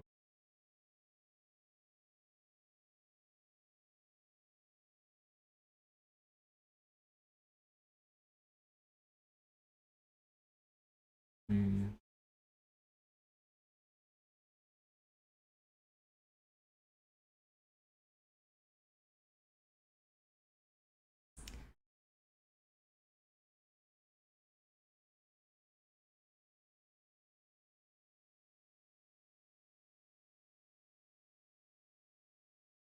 Just want to make sure that the sock is not slipping down. Stays up.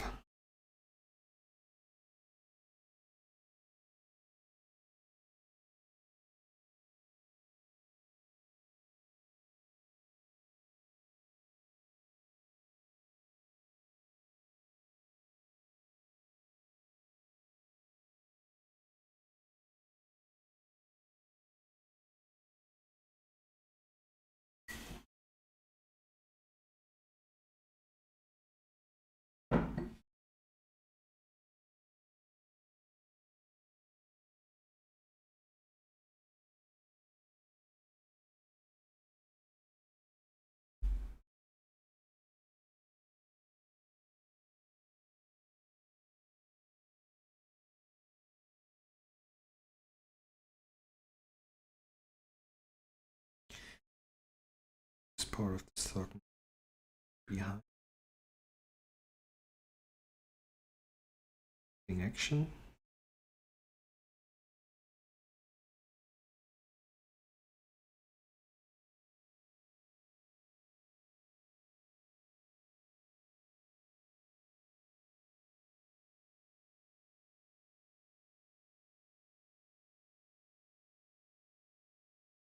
It's so much easier the poses where you don't see the face.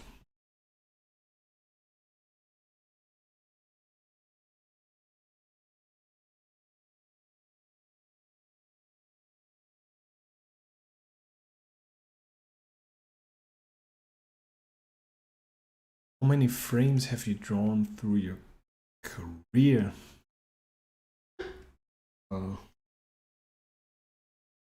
What we're drawing here right now, every drawing is on 4 frames, which is gonna work out.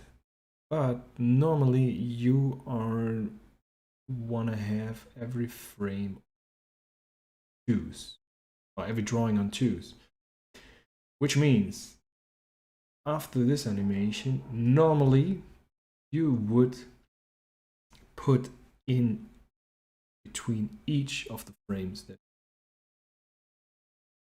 another in between and reduce the length of each drawing to 2 frames. So we are having here 1, 2, 3, 4, 5, 6, 7, 8 drawings. It should be 16 to make it fluent, around 16. Hundreds easily. I'm not one of those fortunate animators that has an assistant who actually does the in-between, so I have to draw everything. But I like it.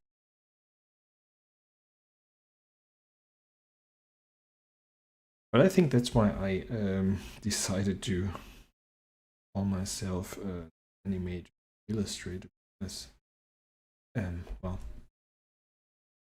sometimes it's pretty nice to have illustration commissions, because you just spend your whole effort one single drawing. It's amazing. But then as well comes a time where illustration probably gets too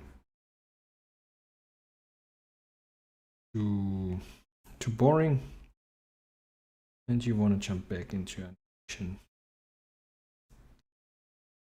So let's say I animated, I have drawn like, I have no idea.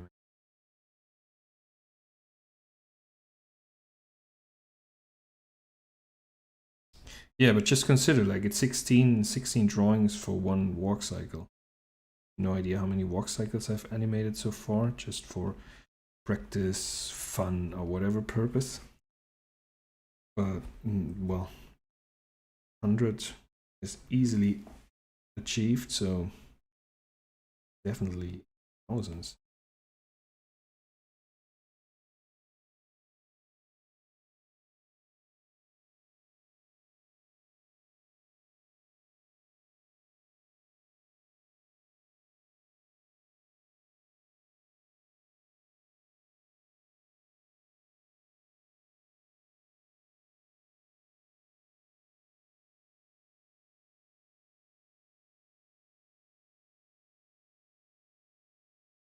And it's pretty cool that like, compared to other animation techniques, frame by frame is like so I don't want to say most time consuming, because if you consider rendering times in insane photorealistic 3D animations, I could imagine there's a lot of stuff that takes more time to render.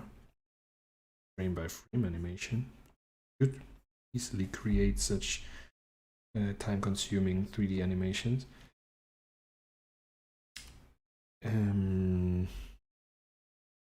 But it's pretty cool that it's actually coming back.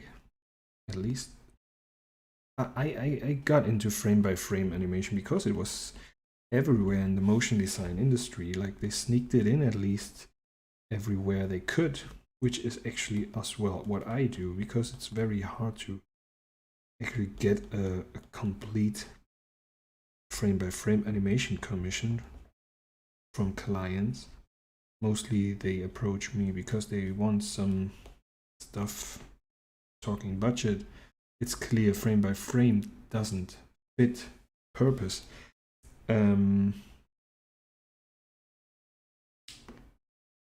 But I try to sneak in every once in a while, or whenever I can, some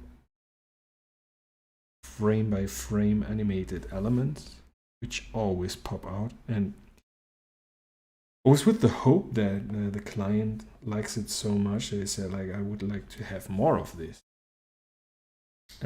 which I recommend, because this way as well you get like a feeling of timing and getting into deadlines, approval processes and whatever, which is different when you do frame by frame animation, as you cannot deliver finished project and asking for feedback.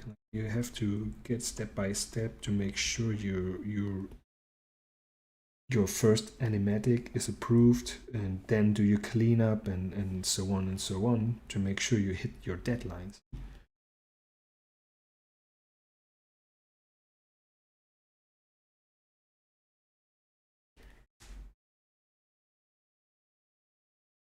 Yeah, and in the industry actually now is pretty well. There's a lot of classic frame by frame animation. If you watch the whole, like, Netflix has its own animation department, and there are so many big names that actually came from Disney that are now working for Netflix, and the shows they're doing, they are insane. And I'm really happy because especially for kids, I felt like we had some very dark years when actually 3D animation started to kick in. I don't know, like I watch cartoons, He-Man, Turtles, and all that stuff, and I just got an idea about it came afterwards with the Teletubbies, and it's so wrong. Like, there was no emotion and whatsoever. It was just dead animations, and now it completely changed. Just watching Netflix, or like Primal from Adult Swim on HBO. Those are some pretty cool productions, and cool to see that there is now more money getting into this stuff. And it just looks awesome. I love 3D animations as well, but that's the thing. Like, it doesn't matter if it's frame by frame or 3D. It just has to be very well animated. And that's the thing with the whole stuff that came with the Teletubbies and all that stuff, because it was such the state of the art was not that developed, and it was just so simple. At least that's what I.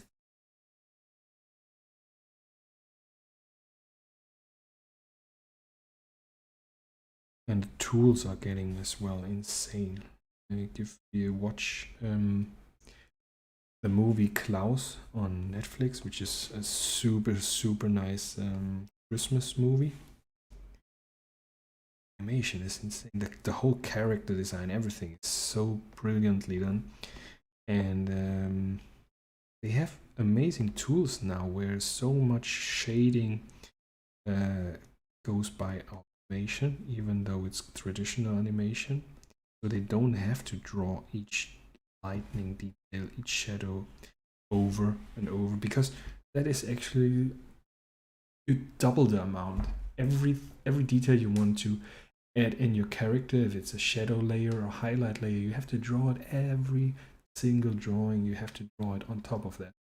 But they have it's a French company, I don't know the name, but they have developed pretty cool tool that we just, I think you mark on one image, you mark the area that you would like to, say, put a highlight, and it tracks, or it some kind of analyzes the whole sequence, and by automation puts in the highlights, which is amazing. It's so well done.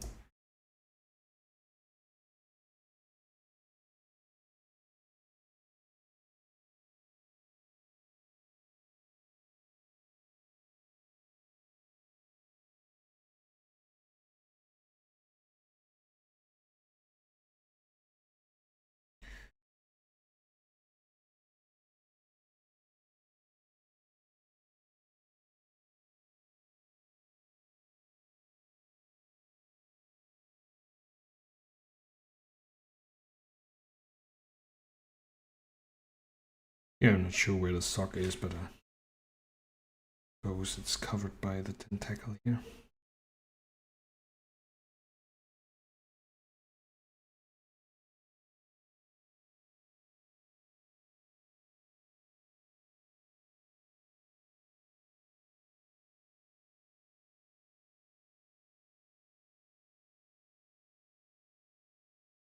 Mm.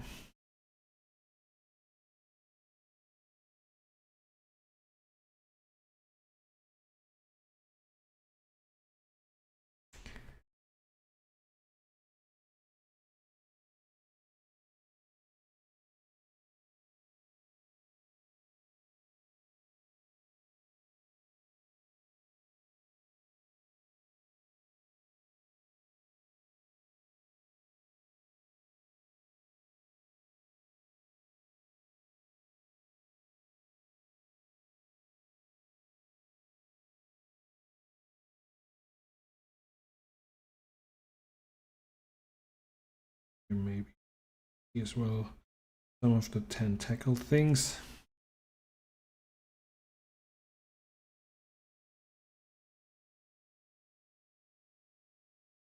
And we're on our last drawing.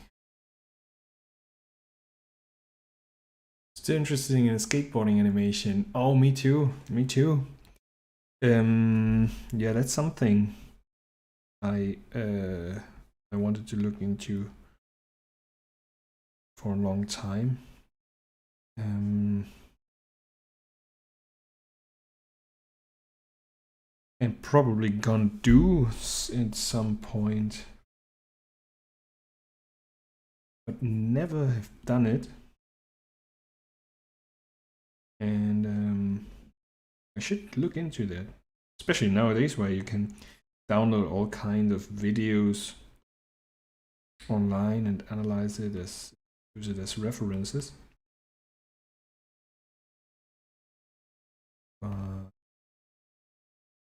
I'd love to.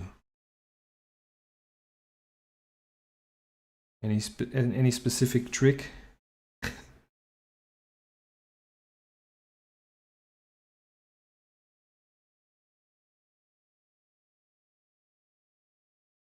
I actually tried. I started at one point. I started, and I wanted to animate a Andrew Reynolds front flip, but I never did it, because some stuff came in the way. But I think that could, but it's probably not the best trick to start, as you also have the whole body movement, the whole rotation.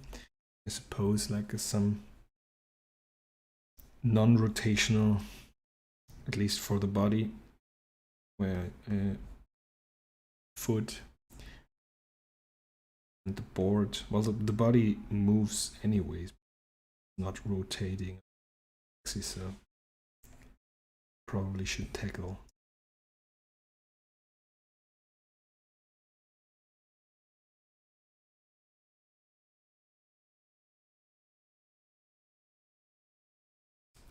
Andrew Reynolds, Skater of the Year, yes. 1998, and he's still skating. I think he's, how old is he? He's over 40. I don't know how his joints are still managing all the impact.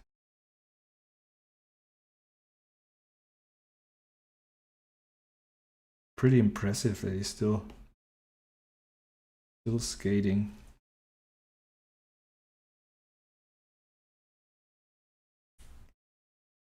Okay.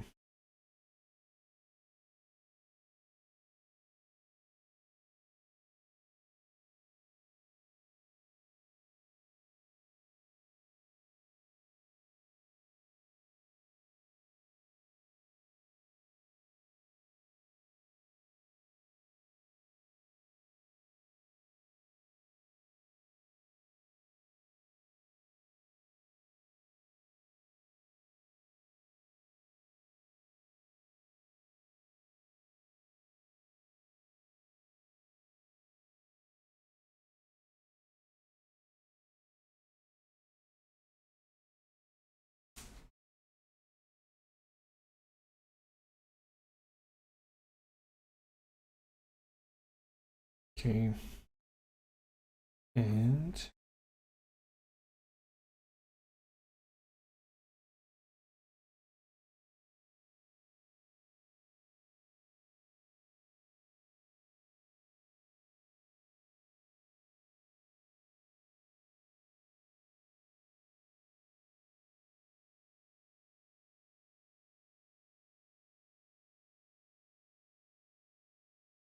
okay.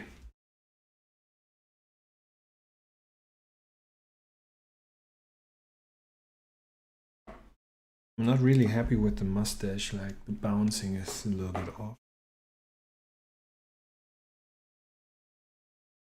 I think on the down pose it still should be dragging behind.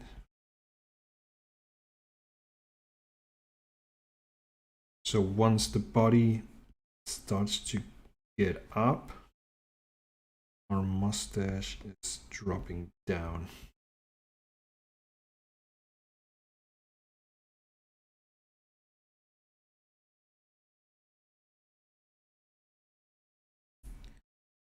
All right. So let's see how it looks.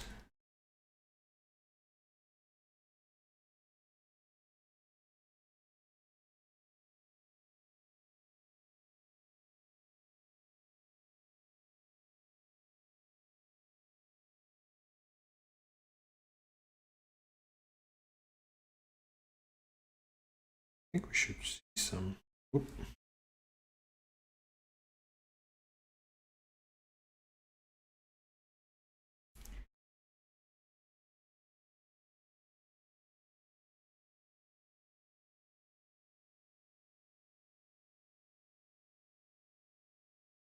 Okay.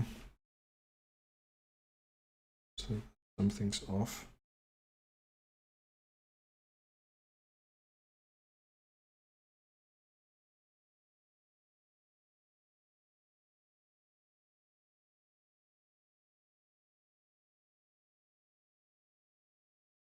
Okay, I got weird Photoshop problems here.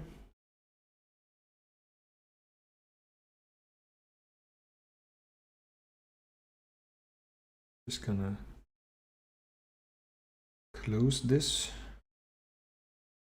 reopen quickly, and then we're gonna do the last.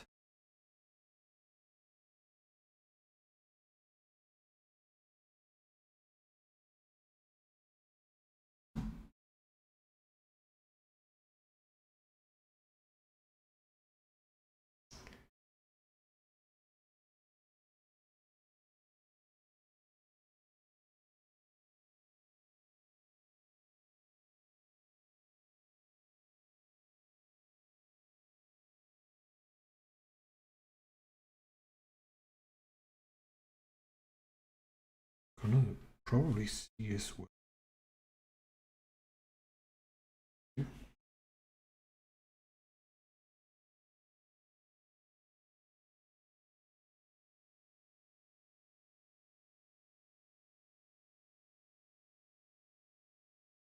Okay. So, this is our walk cycle for today. Pretty happy with it. And yeah, I think we leave it like this.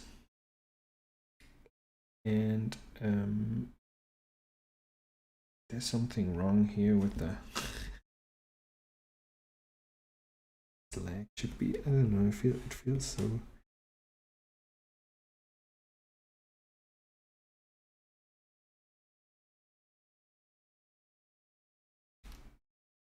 Fixed. And we're done. Okay. Yes, so that was the first of hopefully many Starter Frame 1 live streams. Thank you so much if you actually did it till the end of the stream. It was a pleasure. If you have any suggestions to help me out, what could be improved, what you would like to see, what you would like to know, please leave a comment. I'm gonna leave the videos on Twitch and YouTube, so you can re-watch them if you wanna repeat some of the steps we covered. And yeah, the next stream is gonna be on Monday 1st at 2 p.m. as well. And I think we're gonna do a cleanup of this character. I think we could stay on Photoshop for the cleanup, just because we pull out our reference. We have this half-tone pattern here, and this won't be working in Animate. So I think if we really want to do shading, coloring like it is here in Photoshop, we should stay in Photoshop. But I'm open. So any suggestions are welcome. Thanks so much for watching, and have a great weekend, and hopefully see you on Monday. So that's it. Thanks a lot. Bye.